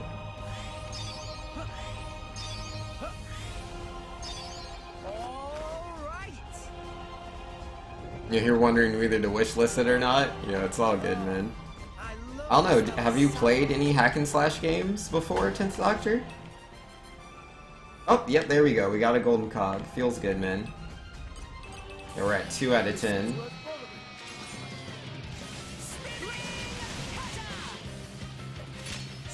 Alright, so like when you first start playing this game, you're not gonna have access to like all these things I do. Like right now, I start the battle, and well, like for starters, I have 3 arts. When you start the game, you're only gonna have 1 art. And again, an art, that is the name of like attack abilities in this game. There's 3/4 abilities you see on the bottom right side, those are all arts. Now, when you first start the game, you're only gonna have 1. And also, you don't start with it active. Just like the special art, you have to build up that red bar, and when the red bar goes all the way around and completes the diamond, then you can use the art. Because like you can see all 3 of my arts are inactive, and bam, I got the top one back, the left one, there it is, and the bottom one's almost there. It's more than halfway to being returned. Wait for it. There it is. Like, I have a item I'm using right now, which makes it come back faster than it should. Normally, you just auto-attack. Every time you auto-attack, you build up your art again. Yeah, normally when you start fights, earlier in this game, you don't have access to any of your arts. You have to go through the talent tree to get access to them at the beginning of the fight instantly. I should show that. Give me 1 sec. Because yeah, I need to do that anyways for leveling up my salvage mastery. Yeah, what I'm doing right here is called salvaging. And my blades have what's called salvage mastery. Or at least Praxis does. Go into the affinity chart. Which yeah, this is a talent tree just like World of Warcraft, other games. Like, I currently only have the first 2 tiers of it unlocked. The 3rd tier requires more trust. You get trust just by, like, fighting alongside each other, using certain items, stuff like that. Yeah, she's going from Salvaging Mastery level 1 to level 2. And yeah, we have all these other blades with their own trees as well. It can be a bit much, but you get used to it over time. It's not just the blades that have the talent trees, the characters have them as well, which is again how I'm able to use my ability at the start of a fight. Like this ability right here, Match Prep 2, allows use of the driver art assigned to Y at the start of battle. You don't start with that talent, you have to unlock it. Yeah, I have the first 3, so I have X, Y, and wait. What about B? Does he just start with that, or do I not have that and I just didn't notice? That's fine. Rex, check this out! Wait here. I'll bring something great. You know, let's see. Savant was saying, Bayonetta is like Devil May Cry, but with a female protagonist and tons of low-key, adult commentaries and funnier scenes. Yes. I mean, I don't think Devil May Cry takes itself very seriously, but it probably takes itself a bit more seriously than Bayonetta does.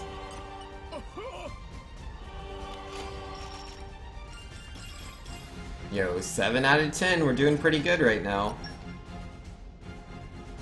I see, yeah, she has level 2 mastery now. She only had level 1 before, but since we went into her affinity chart, she was able to get that. But yeah, again, there's a lot of things going on in this game, between the arts, the specials, the blade combos, the driver combos, the fusion combos.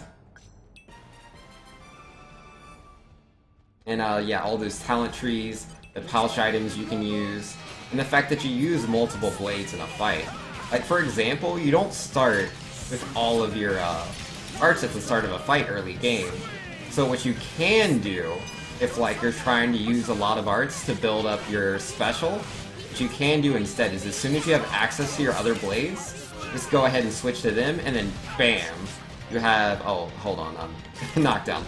You switch to them, and then BAM! Voila! You have 3 abilities you can instantly use, versus having to wait for them to pop up. Yeah, if you want to spam abilities, the more blades you have, the more abilities you can spam. Though worth noting, you start the game with only 1 blade, and it takes a little bit, not too long, but a little bit, before you get access to your second blade. And it takes probably about another 5 or 10 hours till you get the 3rd blade. The game, it opens up pretty slow. But I mean, that's just RPGs in general. Though to be fair, this is probably one of the slower and probably one of the longer RPGs. This is no Chrono Trigger. That's for sure. Alright, we got all the gold cogs, so we just gotta go back to Torrigoth's place. Torrigoth's place, I mean go to Torrigoth. To Tora's place. Alright, let's see what we got. Bayonetta, it's infamous for not taking itself seriously? Yeah. Like, again, I've never played the game myself, I've just seen parts of it. It's pretty silly. I mean, I played the first one for like 30 minutes or so. And actually, Bayonetta 2 I played probably for like 10 minutes. Edapon, I bring materials. Welcome back, Tora. Preparation of workshop already. Me work on expansion parts now. Lila, you watch over and make sure nobody distracts me. Leave it to Lila, Master Pawn. If Poppy's going to be all grown up now, isn't she going to need new clothes? Really, I think the ones she has right now look just fine. If her body size changes, they're not exactly going to fit, are they? If she gets bigger in the clothes she's wearing now, things could get awkward fast. Exactly. And it wouldn't be fair on her not to have any nice outfits to wear after her special upgrade anyway. Really? Mithra and Pyra both seem stylish with default look.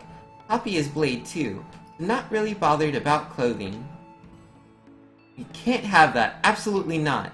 Blade or human, artificial or otherwise, you should at least have some sense of modesty. Poppy not really understand. You know, Pyra's the one to talk about modesty. Tora think new costume important for increasing sense of cool new power-up. Factor of coolness very important. Very well. Lila will make new costume for little sister Poppy. Really? Big sis Lila make costume? Yes. Lila not have many opportunity to do things for sweet little sister. Will make masterpiece costume. Since Poppy become very grown up, want costume that looks glamorous. But not losing sense of cute. Cute also important. Also, needs to look cool and powerful is for power up after all. Meh. That is lot of requests. How's she going to fit all that into one design, eh? Is not possible? For sake of little sister Poppy, Lila make anything possible. Thank you, big sis Lila. But to make such specific costume, Lila probably need more materials. What kind of things are you after? Cubic diamond and ambler stigma. Oh, and Genbu weave cloth important too. That doesn't sound too hard. Come on, Poppy, let's go find them. Understood. Poppy will bring very finest materials for new costume.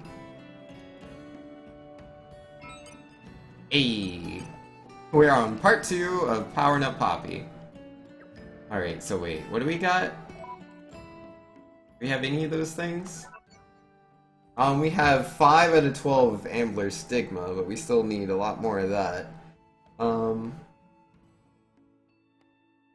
Cubic Diamonds and more Ordane. And Gimbu Weave Cloth. At Boldard Textiles and Tantal?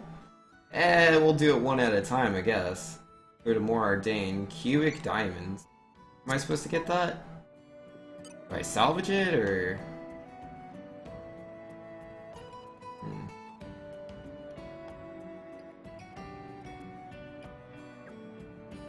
That's not very specific. I assume it's salvaging? And yeah, she said, what was it again? More Ardain? Is that where I was going? Yeah, more Ardain, okay. One more Ardain. Oh, I know how to find out. Easy. Oh, it's all collection point stuff? Okay.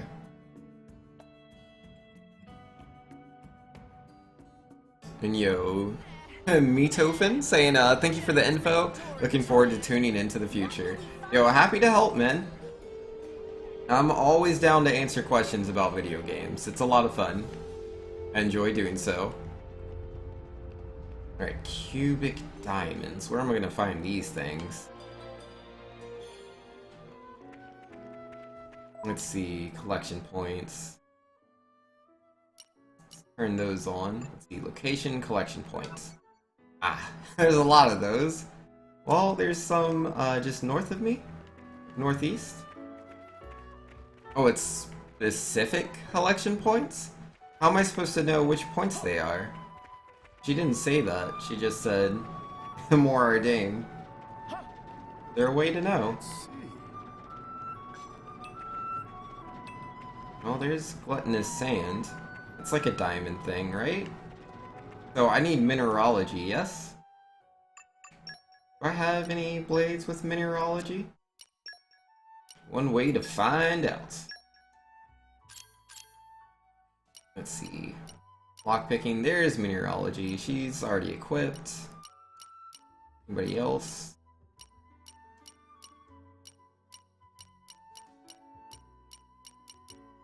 Yep, here we go. Mineralogy. And you.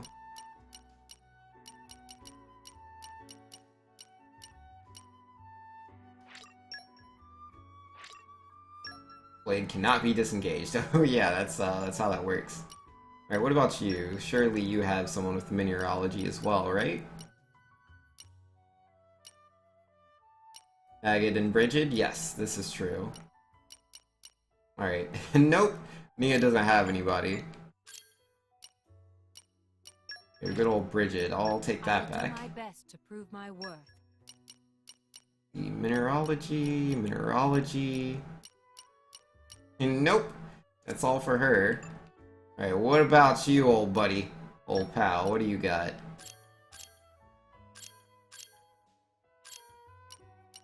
Mineralogy. Oh, hey! No. Not her. Oh yeah, you have it. Oh, ahem. It's tough, I'm looking at a lot of things at the same time. Mineralogy. Where is it at? Here's one. Oh, and she's level 2, nice. It doesn't help that he looks through, like, everybody's stuff.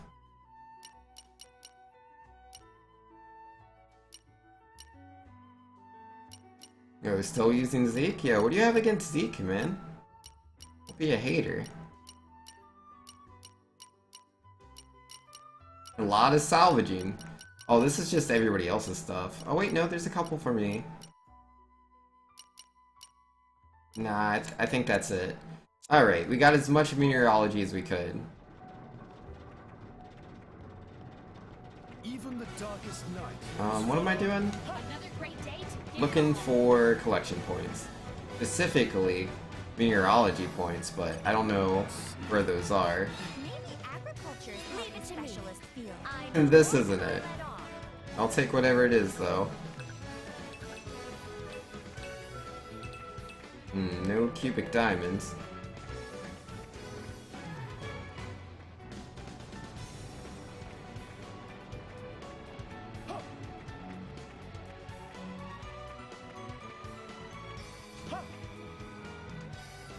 Alright, how about over here? Mineralogy?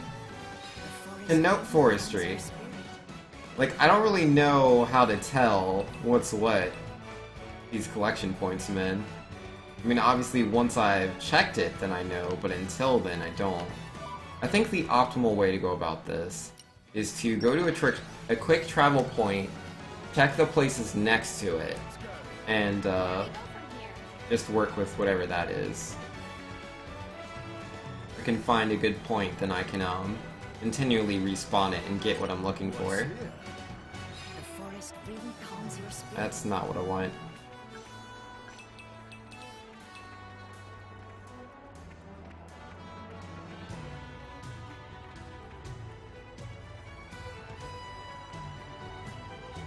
Alright, let's check this one over here.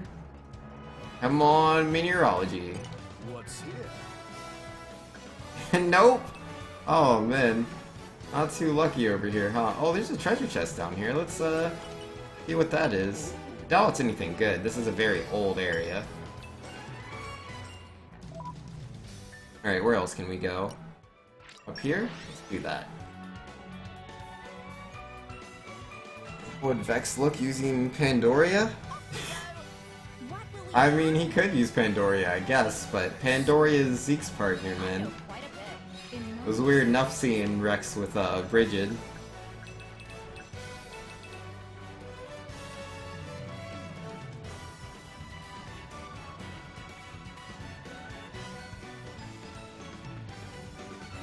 What's here? Oh, come on. Where are all the mineralogy points at, man? It's getting all these, like, forestries and agriculture. I mean, that's cool and all, but what about mineralogy? Yeah, it's just these 3 points, so I guess I'll go east. See what's over there. If you find anything.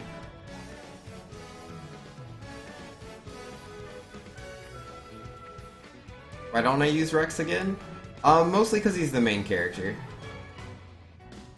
Like, I use the characters I find the most interesting, and Rex is very boring to me. I think Zeke is pretty cool. I really like Nia's voice actor. She's probably the best out of all the characters in the game. And then Poppy is life. So yeah, there you go. Alright. Can I get down here without dying?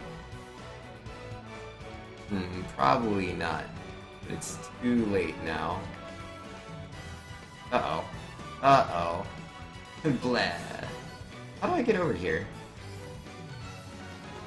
I would like to go over there, I'm just not sure how. I ignore Rex for non-gameplay reasons? Yes. It is definitely the case. That's how I usually am in a lot of RPGs that I play. If I can not play the main character, which in a lot of games the main character is usually the most boring character, it's just kind of how a lot of games are. Yeah, if I have the option to not play the main character, I will, you know, take up on that. The game lets me play as Zeke instead of Rex, so here we are. Like, I always disdain that stuff in, like, say, Super Mario RPG, Legend of the Seven Stars. You have to play as Mario, and I mean, Mario's a cool guy and all, but, like, the dream team for me when I was younger would have been, like, Bowser, Princess Peach, and Geno.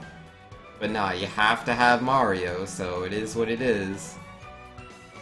How do I get down there? Like, in Golden Sun, though? Like, like, as far as the characters went in that, I had so much fun playing as both Felix and Isaac, so when I got control of both of them, I literally used both characters on my team. Which was pretty cool, you know, to have two main characters, one from Golden Sun 1, the other from Golden Sun 2. It was very interesting to me. I thought that was pretty cool. And it's so funny, because, you know, like, Isaac's the silent protagonist of his game, then he talks in GS2 and vice versa. What's here? The forest really calms your spirit. And your Doomsday says, are you gonna play Super Mario RPG Armageddon version 9 when it comes out? Version 9 lets you swap out Mario? Probably not. I'm not a huge fan of ROM hacks. Like, I can't really think of many ROM hacks I've ever played. Like, there's one I made for Dragon Quest. There's, I mean, Pokemon Uranium's not even a ROM hack. They made that game from scratch, though obviously it's based off of a different game. Aside from that, I can't really think of any ROM hacks or mods I've played.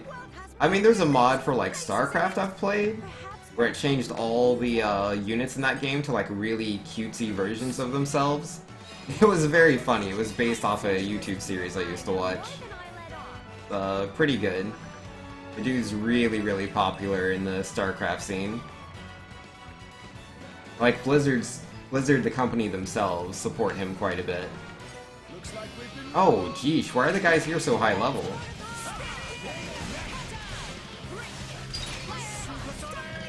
Haven't played any good ones.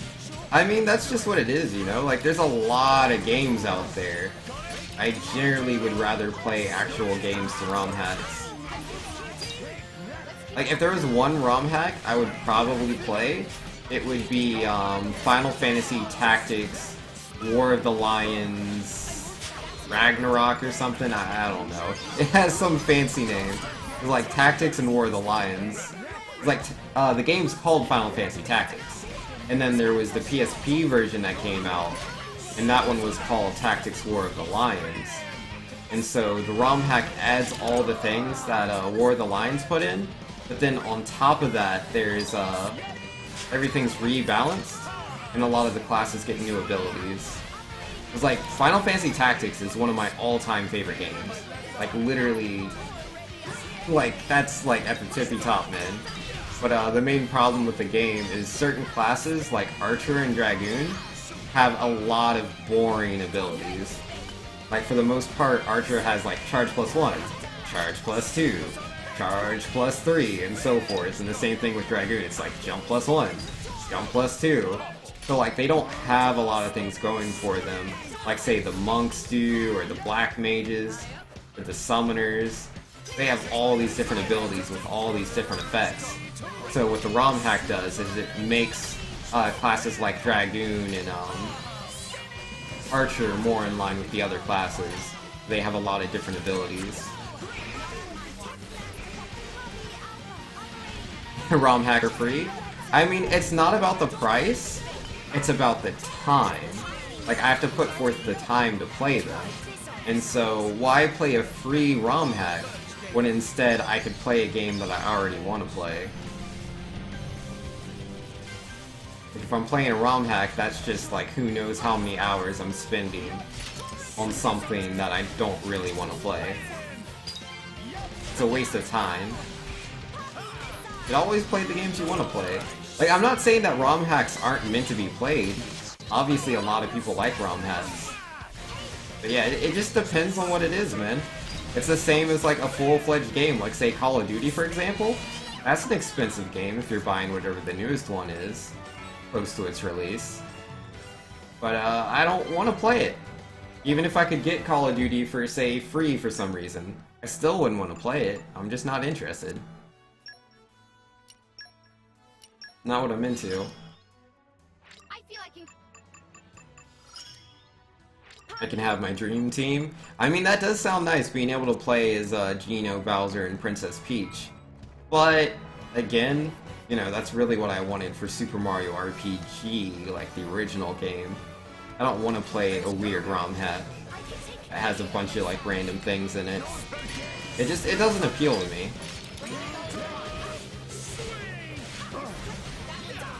I don't see what's interesting about it. Like, I can get why other people find it interesting, but to me it's just like, meh. Like, if there's anything Mario RPG that really has my interest right now, it would have to be that Kickstarter. I can't remember what it's called. It's like, I don't know. I can't remember the name at all. But yeah, Galactum was posting about it in my Discord. And essentially, it's this Paper Mario-inspired indie game that features a very similar art style, very similar humor. Like, even the dialogue in the game uses a text font that looks very similar to Paper Mario. I mean, the combat looks a bit more like Thousand Year Door than, like, say, Paper Mario 64, but it still evokes the feeling of what I would call a Paper Mario game. And, like, there isn't a new Paper Mario game. They did Paper Mario 1, 64, then Paper Mario 2, and the Thousand Year Door. And there wasn't really a true Paper Mario sequel after that. So I'm pretty interested in that game. Though, it doesn't exist yet. There's a demo, but that's all there is. I'd probably rather just wait for the full game to come out and play that.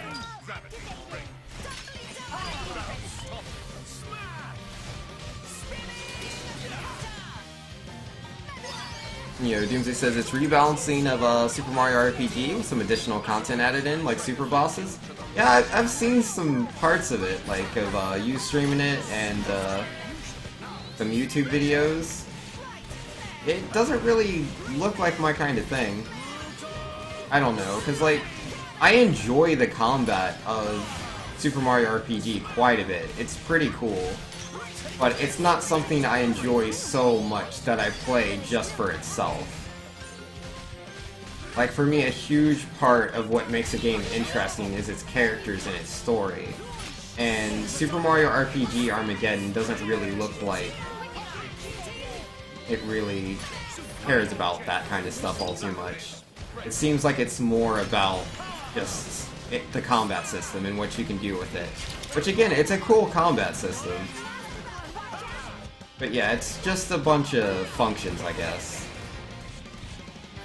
It doesn't really feel like a complete experience to me, at least not what I've seen of it.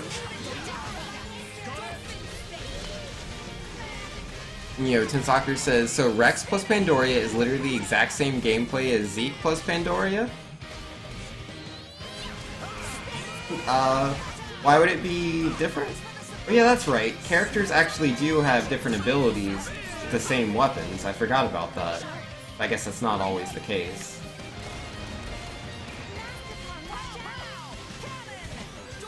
Yo, this thing is pretty tough. I should stop using these dark abilities. I can't really do much off of that. Yo, what do I do after electricity? I can go electric into water. Yeah, I could probably get that. Oh wait, I don't have water equipped anymore, that's right. I took water off. It'll be fine, we can knock this guy out.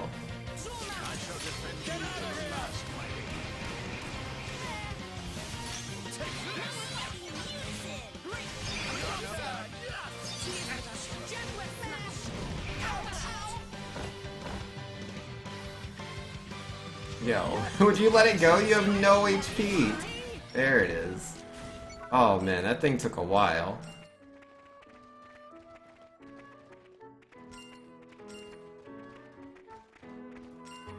Alright.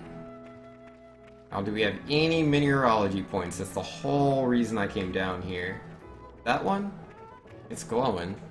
Whatever it is.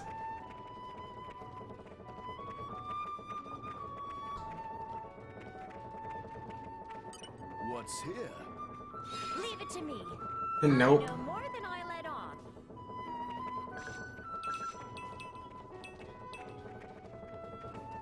There we go.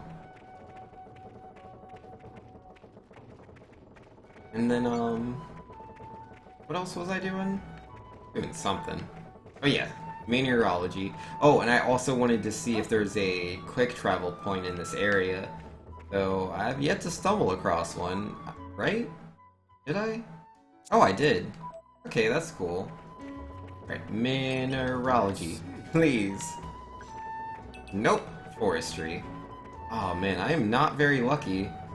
Like, this area is nothing but, like, rocks and mountains. You think I would find more minerals, but so far that is yet to be the case.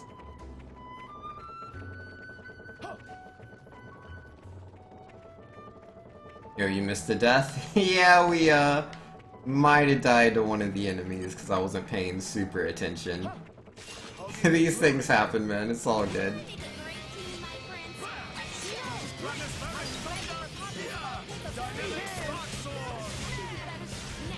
And swipe, and then go into special. Oh, that's weird. Should have canceled that a little bit faster.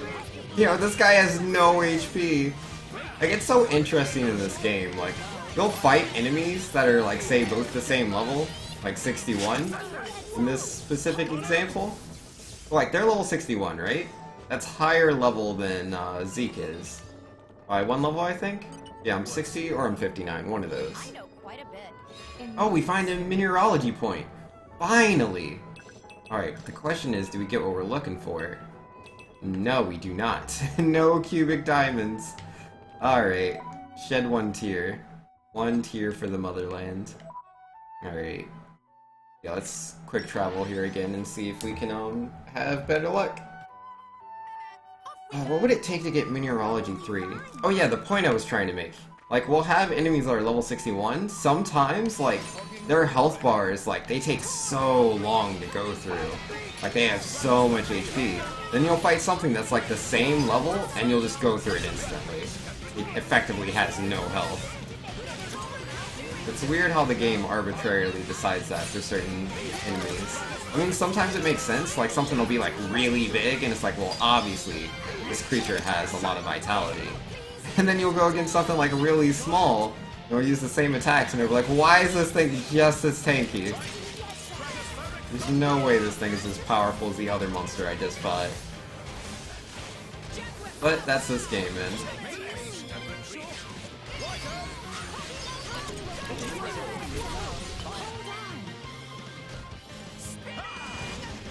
Oh, the death was falling from a cliff? Oh yeah, that's right, I did fall from a cliff. I thought I, lost a fight. Okay, that's cool. Bigger equals tougher. It's not one for one. There's more to it than that. There's definitely enemies that are going to be very tiny. That's going to take you quite a while to go through. Like, enemies can have more health, but that doesn't mean smaller enemies also cannot have large amounts of health. And yo, Hello Dar saying oi oi? Yo, what up, Hello Dar? How you doing, man? Yo, oi to you too. Just, trying to find some, collectibles. It hasn't been going too well so far. It's been pretty bad. You know, Grand Magusa says, thanks, you should play Paper Mario Pro mode. Should I? Is it, like, really good? Yo, am I still in combat? Who am I fighting? I don't want to fight them. Do I have to? Alright. Thing's gonna take forever.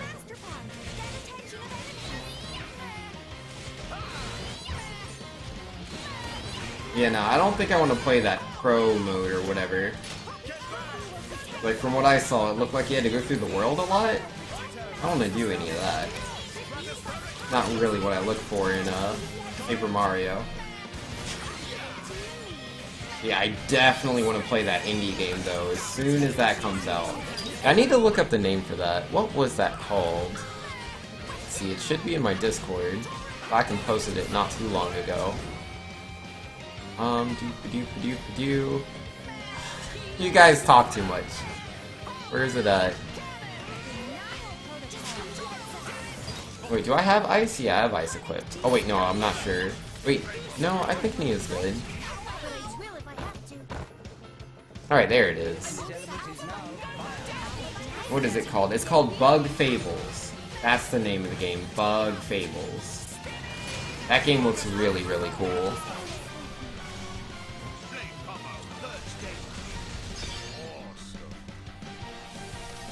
Yeah, if any of you guys like Paper Mario, man, definitely check out Bug Fables. Similar art style, similar humor, similar combat system, but it's its own unique thing. Really like the look of it myself.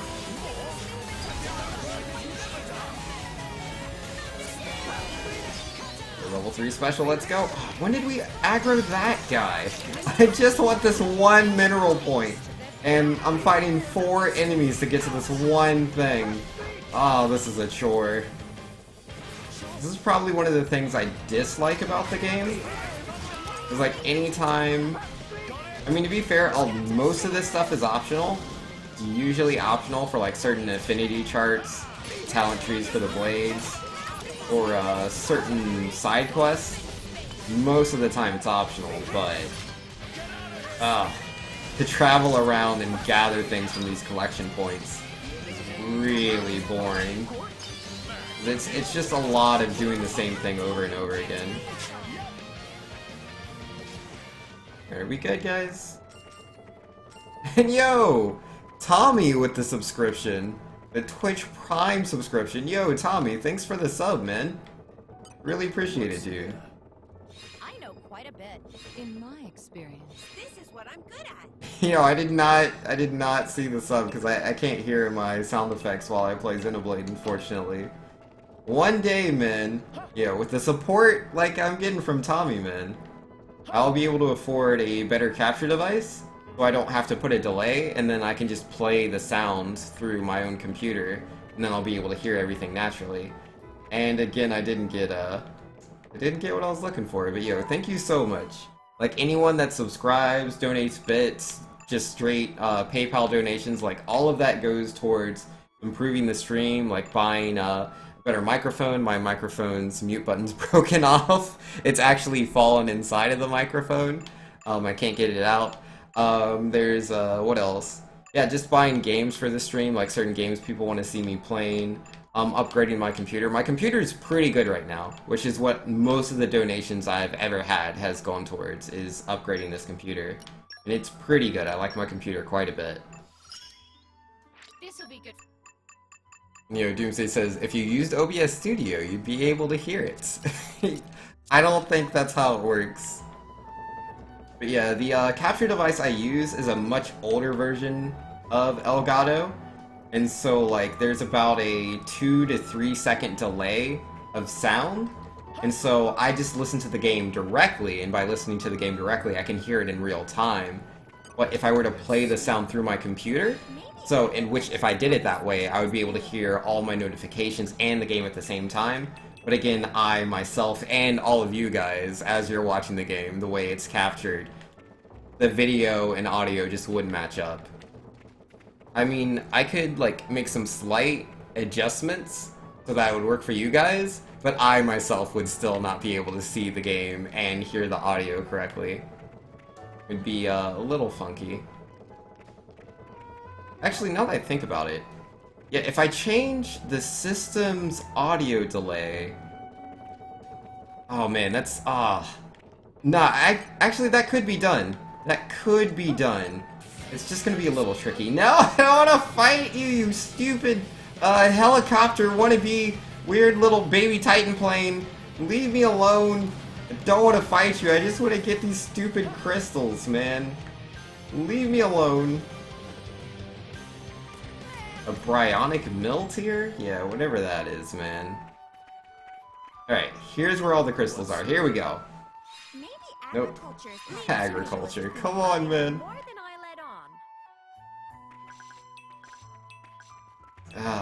I am not finding what I need, dude. We are a 0 out of 5.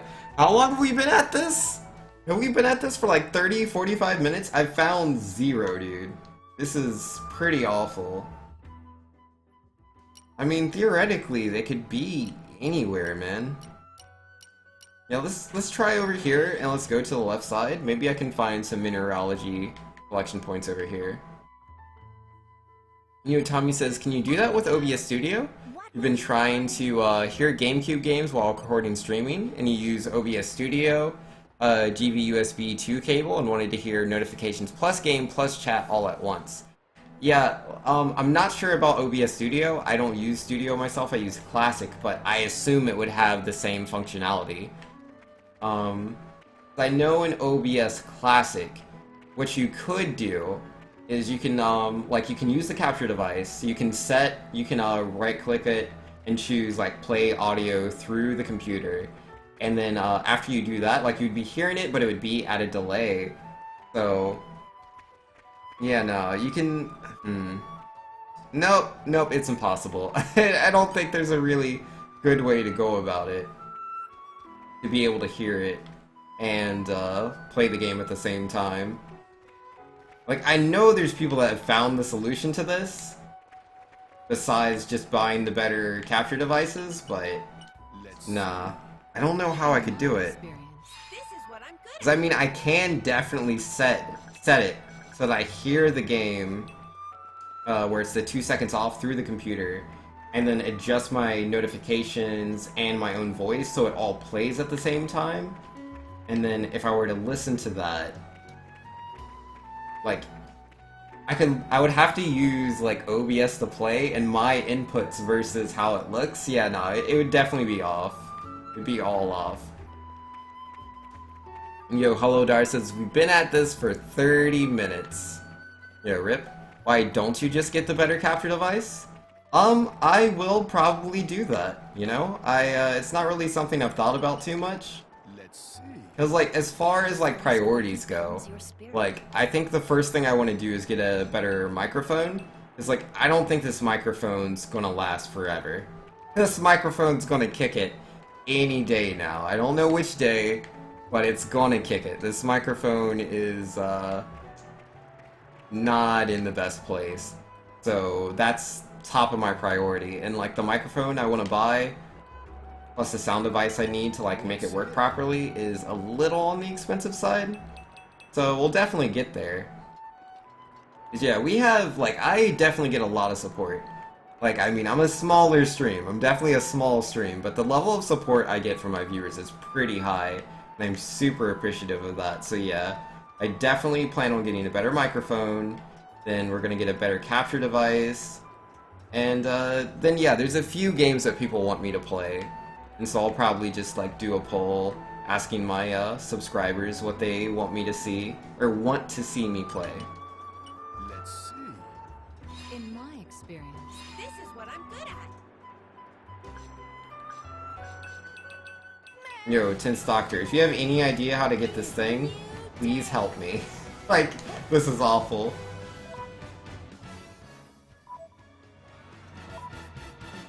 I am not finding any good mineralogy points. I'm trying, man. It says there's a lot of them, like, right here. And yo, Tin's Doctor saying, well, us super trolls really like trolling you with money, so... Yo, tier 1. Yo, thanks, man. I appreciate it. Yeah, I can't quick travel down there, can I? No, I don't think so. I should make my goals visible. People like supporting things directly. I could do that. And Saban says, support for viewers. My bit badge is fake. Don't trust him. Nah, man. Yo, I have a lot of support. Like, the number of people in my stream that don't have a bit badge is pretty small. not that, you know, I have anything against people that don't cheer, like, that's absolutely fine. Like, in some countries, it's not an option, unfortunately. But yeah, they still, you know, they come by all the time, you know, saying things in chat, or just lurking there, you know, up in my view count, which helps me have higher discoverability on Twitch. So even the people that aren't saying anything or aren't donating, they're still helping the stream out. I really appreciate. And yo, hello there with the 1 bit. Take my pennies. Yeah, thanks, man. Yeah, I left off that last part. Exclamation mark family friendly. Yeah, the word I go for is darn. But I'm not gonna be too picky in and of this moment, because he did cheer. How do I get down there without dying? I don't remember. I want to go down there, and I also want to not be dead. Oh yeah, I'm supposed to go through that gate, aren't I? I have the key now. Why don't I just go do that? Wait, I have to hop in there from a different place, right? Like over here? Or over here? That isn't the same gate. I think it is it? The bot didn't donate bits? Yo, this is true. SuperTwoU bot has yet to donate a single bit. Which, well, in this stream. It's funny, like, SuperTwoU bot does actually have a few bits. But, I don't know, donating to myself feels weird. I mean, I technically can, because it's, like, a different account. But I'm sure that has to be against terms of service. Like, I haven't read it, but I'm sure it is. Either way, I've been using SuperTwoU bot to donate to, like, PDQ and stuff like that. Uh-oh. Leave me alone, level 84. You know, Tensoctor says, Old City of Tedham, upper level, Ruin Labor's Bridge, check collection points to the north of there. Okie dokie. Alright, I really don't want this thing to kill me. And Sabant saying, and it's something I don't like about Twitch.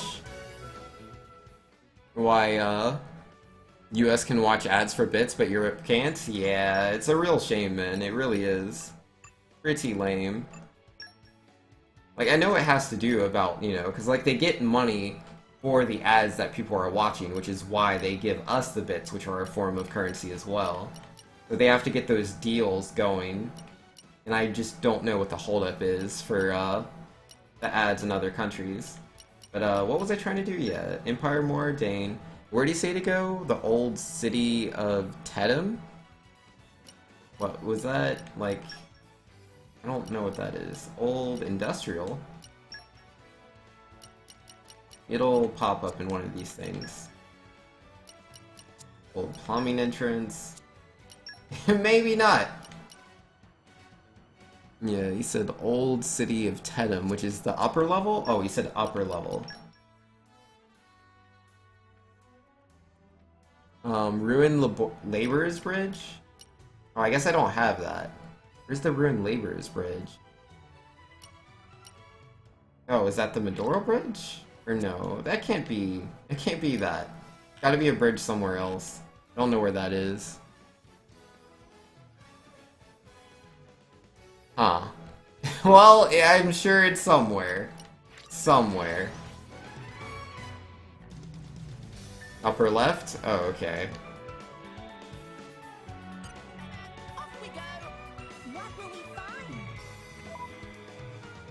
It's a dark area on the upper left? Okay. Check that out. Wait, can I get there from here? Oh, I'm not too sure. We'll walk there. It'll be fine. Time to go through there the intended way? You got me, man. I don't know where any of these things are, where they connect to. Beyond me, man. I can see the mountains, though. I can always see the mountains. Oh, these things are pretty big. Much lower level than me, though. Here we go. Here's a collection point. Bet this is mineralogy. Oh, hey. It might have actually been.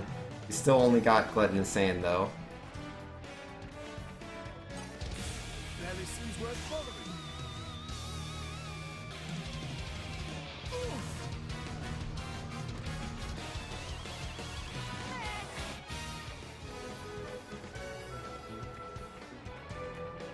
What, am I supposed to go through here or something?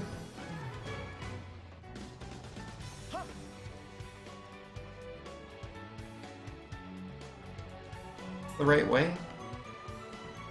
I don't know. You know, hello there with the 1-bit saying, okay, hello, just gotta redo it. Take my... No, more forceful, like, take my money.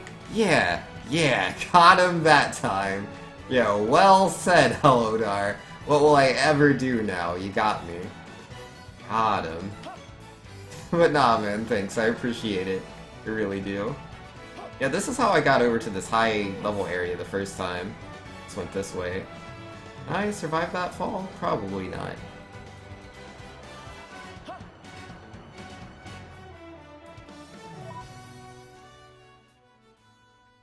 Oh, so that puts me over here to the left. So yeah, I can just walk all the way over there, yeah? Bank's the wrong way? I mean, I'm just looking at the map. The map says I should be able to get there from here. Yeah, right? You just said the... Wait, I'm in the lower level now. I need to be in the upper level, right? So, how do I do that?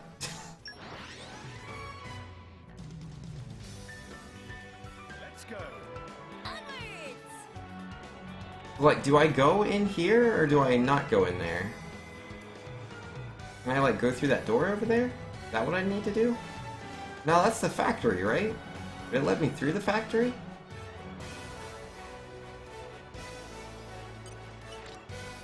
It's locked from the other side. Maybe if I had opened it. What's here? Oh, here we go, a mineralogy point. Alright, come on, give me what I need.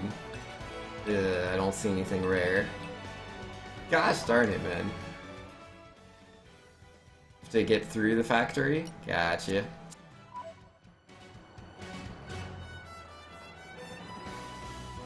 Yeah, Sense Doctor says, yes, you go in the building, make your way down and north, and you eventually pop out at the right place? Okay. Let us go. Alright, so apparently another path. See if we can find that. Is this the right way? Can I go through this door? Oh, nice. Door opened. Not that way? Doors in this game, why are they always locked? It's such a pleasure to be able to open doors, it just doesn't normally happen. Let's grab whatever this is. What's here? Oh boy, I got Love Raspberry. I don't know how much that's gonna help me. Oh, office corridor. It is locked. Come on, man! Alright, can't go that way.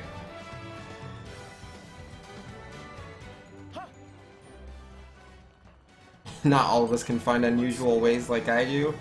I don't know, man. I was just doing what seemed the most apparent to me. Am I supposed to go this way? I don't know where anything leads to. Oh, a key item. I have that. Old Town Gate Key. Cool. Oh, this way?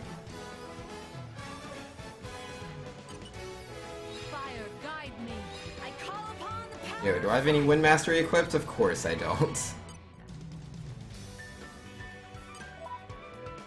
Yo, just like Dark Souls? Yo, man. It's not nice. It's not appropriate. Alright, so let's take off Boreas for a second. Engage Blades. Yeah, what level Wind Mastery do you have? Level 1. So good. Pleased to meet you. He doesn't have any Wind Mastery. You just leave it to me. I'll use my brains to put this team to good use. This area in Chapter 4 felt so unfair. I know, right? Oh man, those stupid level 80 things, man. Walking past all of them to get into the factory was quite a chore. Locked from the other side. Rock is only level 1. Yeah, no, I never went out of my way to level up Rock. I definitely focused on leveling up Ursula. What have we here? Alright, here we go. We got to the Ruined Laborer's Bridge. So, I was what, supposed to go north after that? Okay, I can see some collection points over there. Don't mind me, guys, just squeezing on by. Whose idea was it to have a ton of level 80s that can all one-shot you? Yo, you are speaking my language right now. Yo, that stuff was very frustrating. It was way worse than, what was the other area? In, Gormott, where there's those birds that fly around. I think they're like level 60 or 70. Yeah, they can one-shot you too.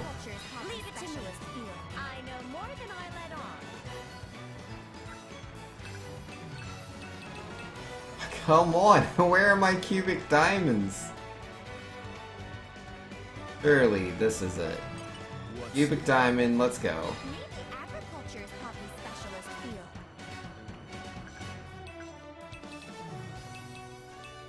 Come on, man! Yeah, me and Helodar, we went the way of all the level 80s, and we had a bad time. Yo, where are these collection points? I mean, it didn't seem apparent to me that was the wrong way. It was not the first time I'd been in an area where monsters were much higher level than me.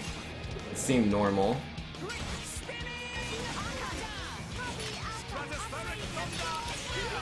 You mind, guy? I don't want to fight you. I just want to find all this stuff. Yeah, let's see if we can get a blade combo going. Like, look at this, right? Like, I'm going for a blade combo. This dude is level 33. He's so much lower level than me. But he has so much HP that, like, it's a better idea to go for, you know, a combo rather than just, like, whacking at him. Like, that's not gonna do the damage needed to end this fight. But, you know, we'll get there, man.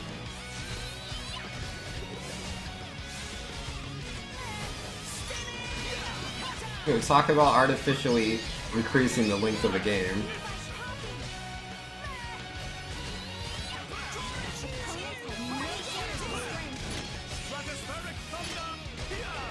Yo, where's your level 3 at, Nia? Come on now, any day now. No, too slow. Oh, let's try again, yeah? Yeah, now she's level 3. Took you long enough.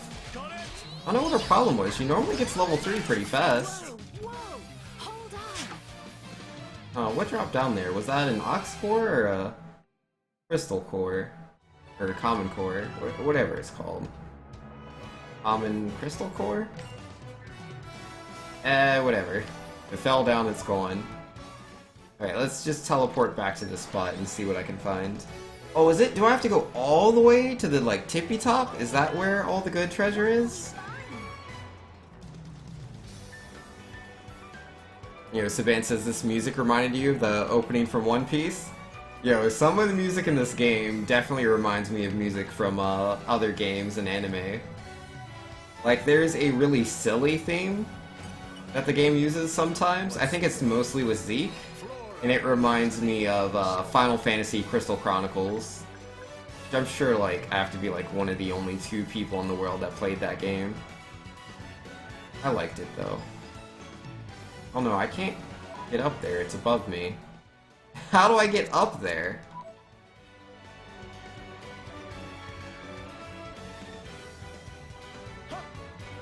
She got to level 3 the second after the timer ran out? I know, right? What's here? Maybe agriculture's poppy specialist field. Yeah, this game's, it's a little weird. Like, overall, like, I will complain about certain things about the game, like the translation, some of the, like, useless dialogue, but, for the most part, I do really enjoy this game. Like, I really like the combat system. The combat system's really cool. I like the characters. I mean, again, I think there's some scenes where they try a little too hard to, like, you know, always show a character's personality. where essentially they're just saying useless things that really pan out the length of certain cutscenes. But, still though, I like the characters.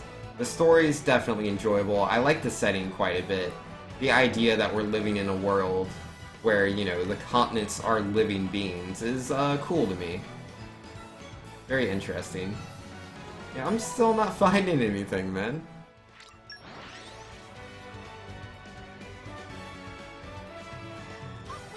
And let's see, Saban's saying, I did. It was good enough, though sometimes a little boring. Wait, what was boring? Please consider taking a What, do you mean this game? I mean, it can be a little boring at times, that's for sure. Like, during these side quests, oh my goodness. Side quests are not my favorite part of the game.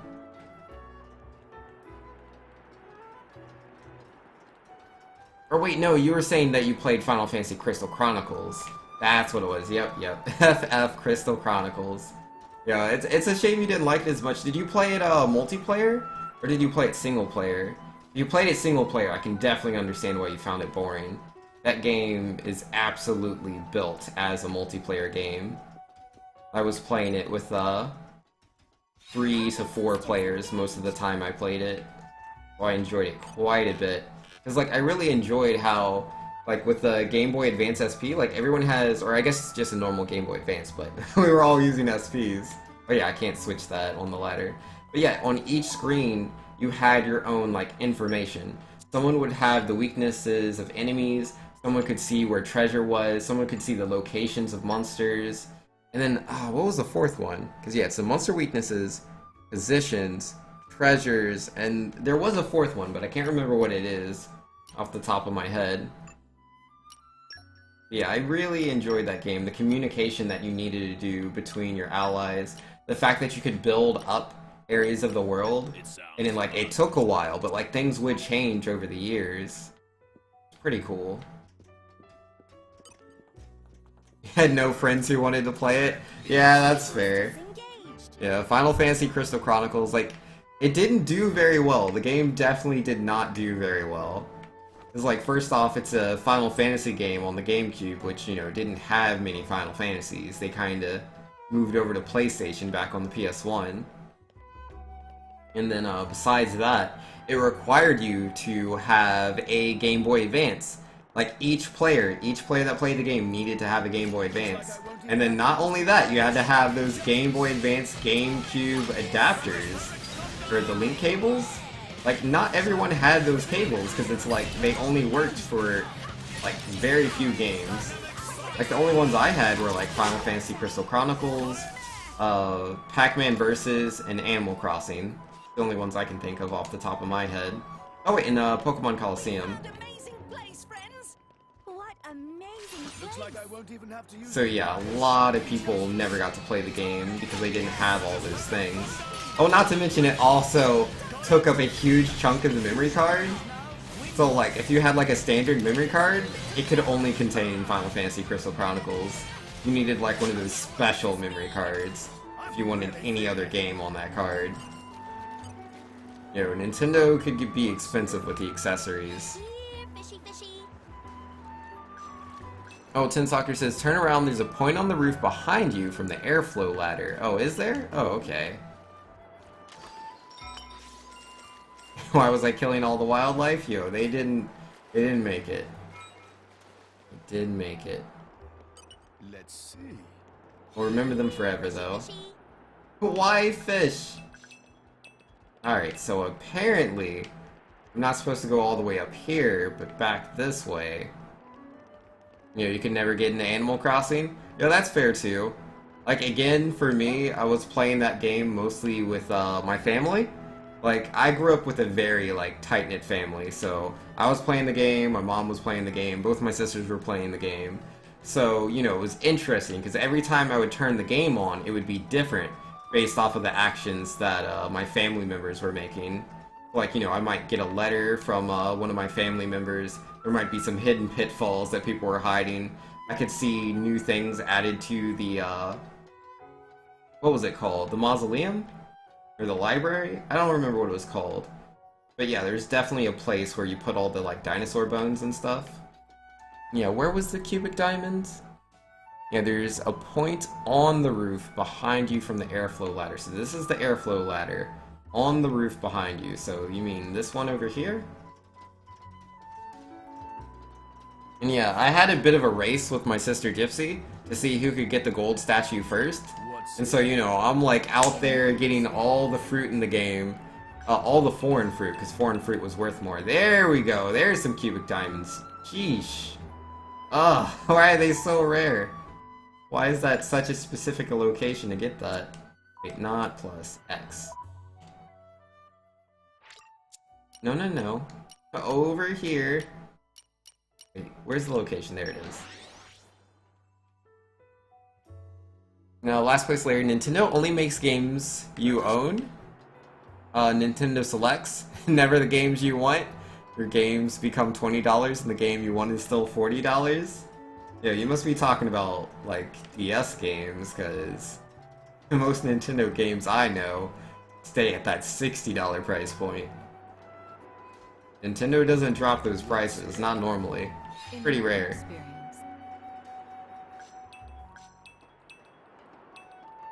Alright, there we go. 3 out of 5. So, like, is this the only spot in the game where these show up? Or, like, does it just have a higher chance of dropping here? You know, Hello Dart says, to be honest, I don't think Animal Crossing Switch will happen unless it's been confirmed or a miracle happens. You know,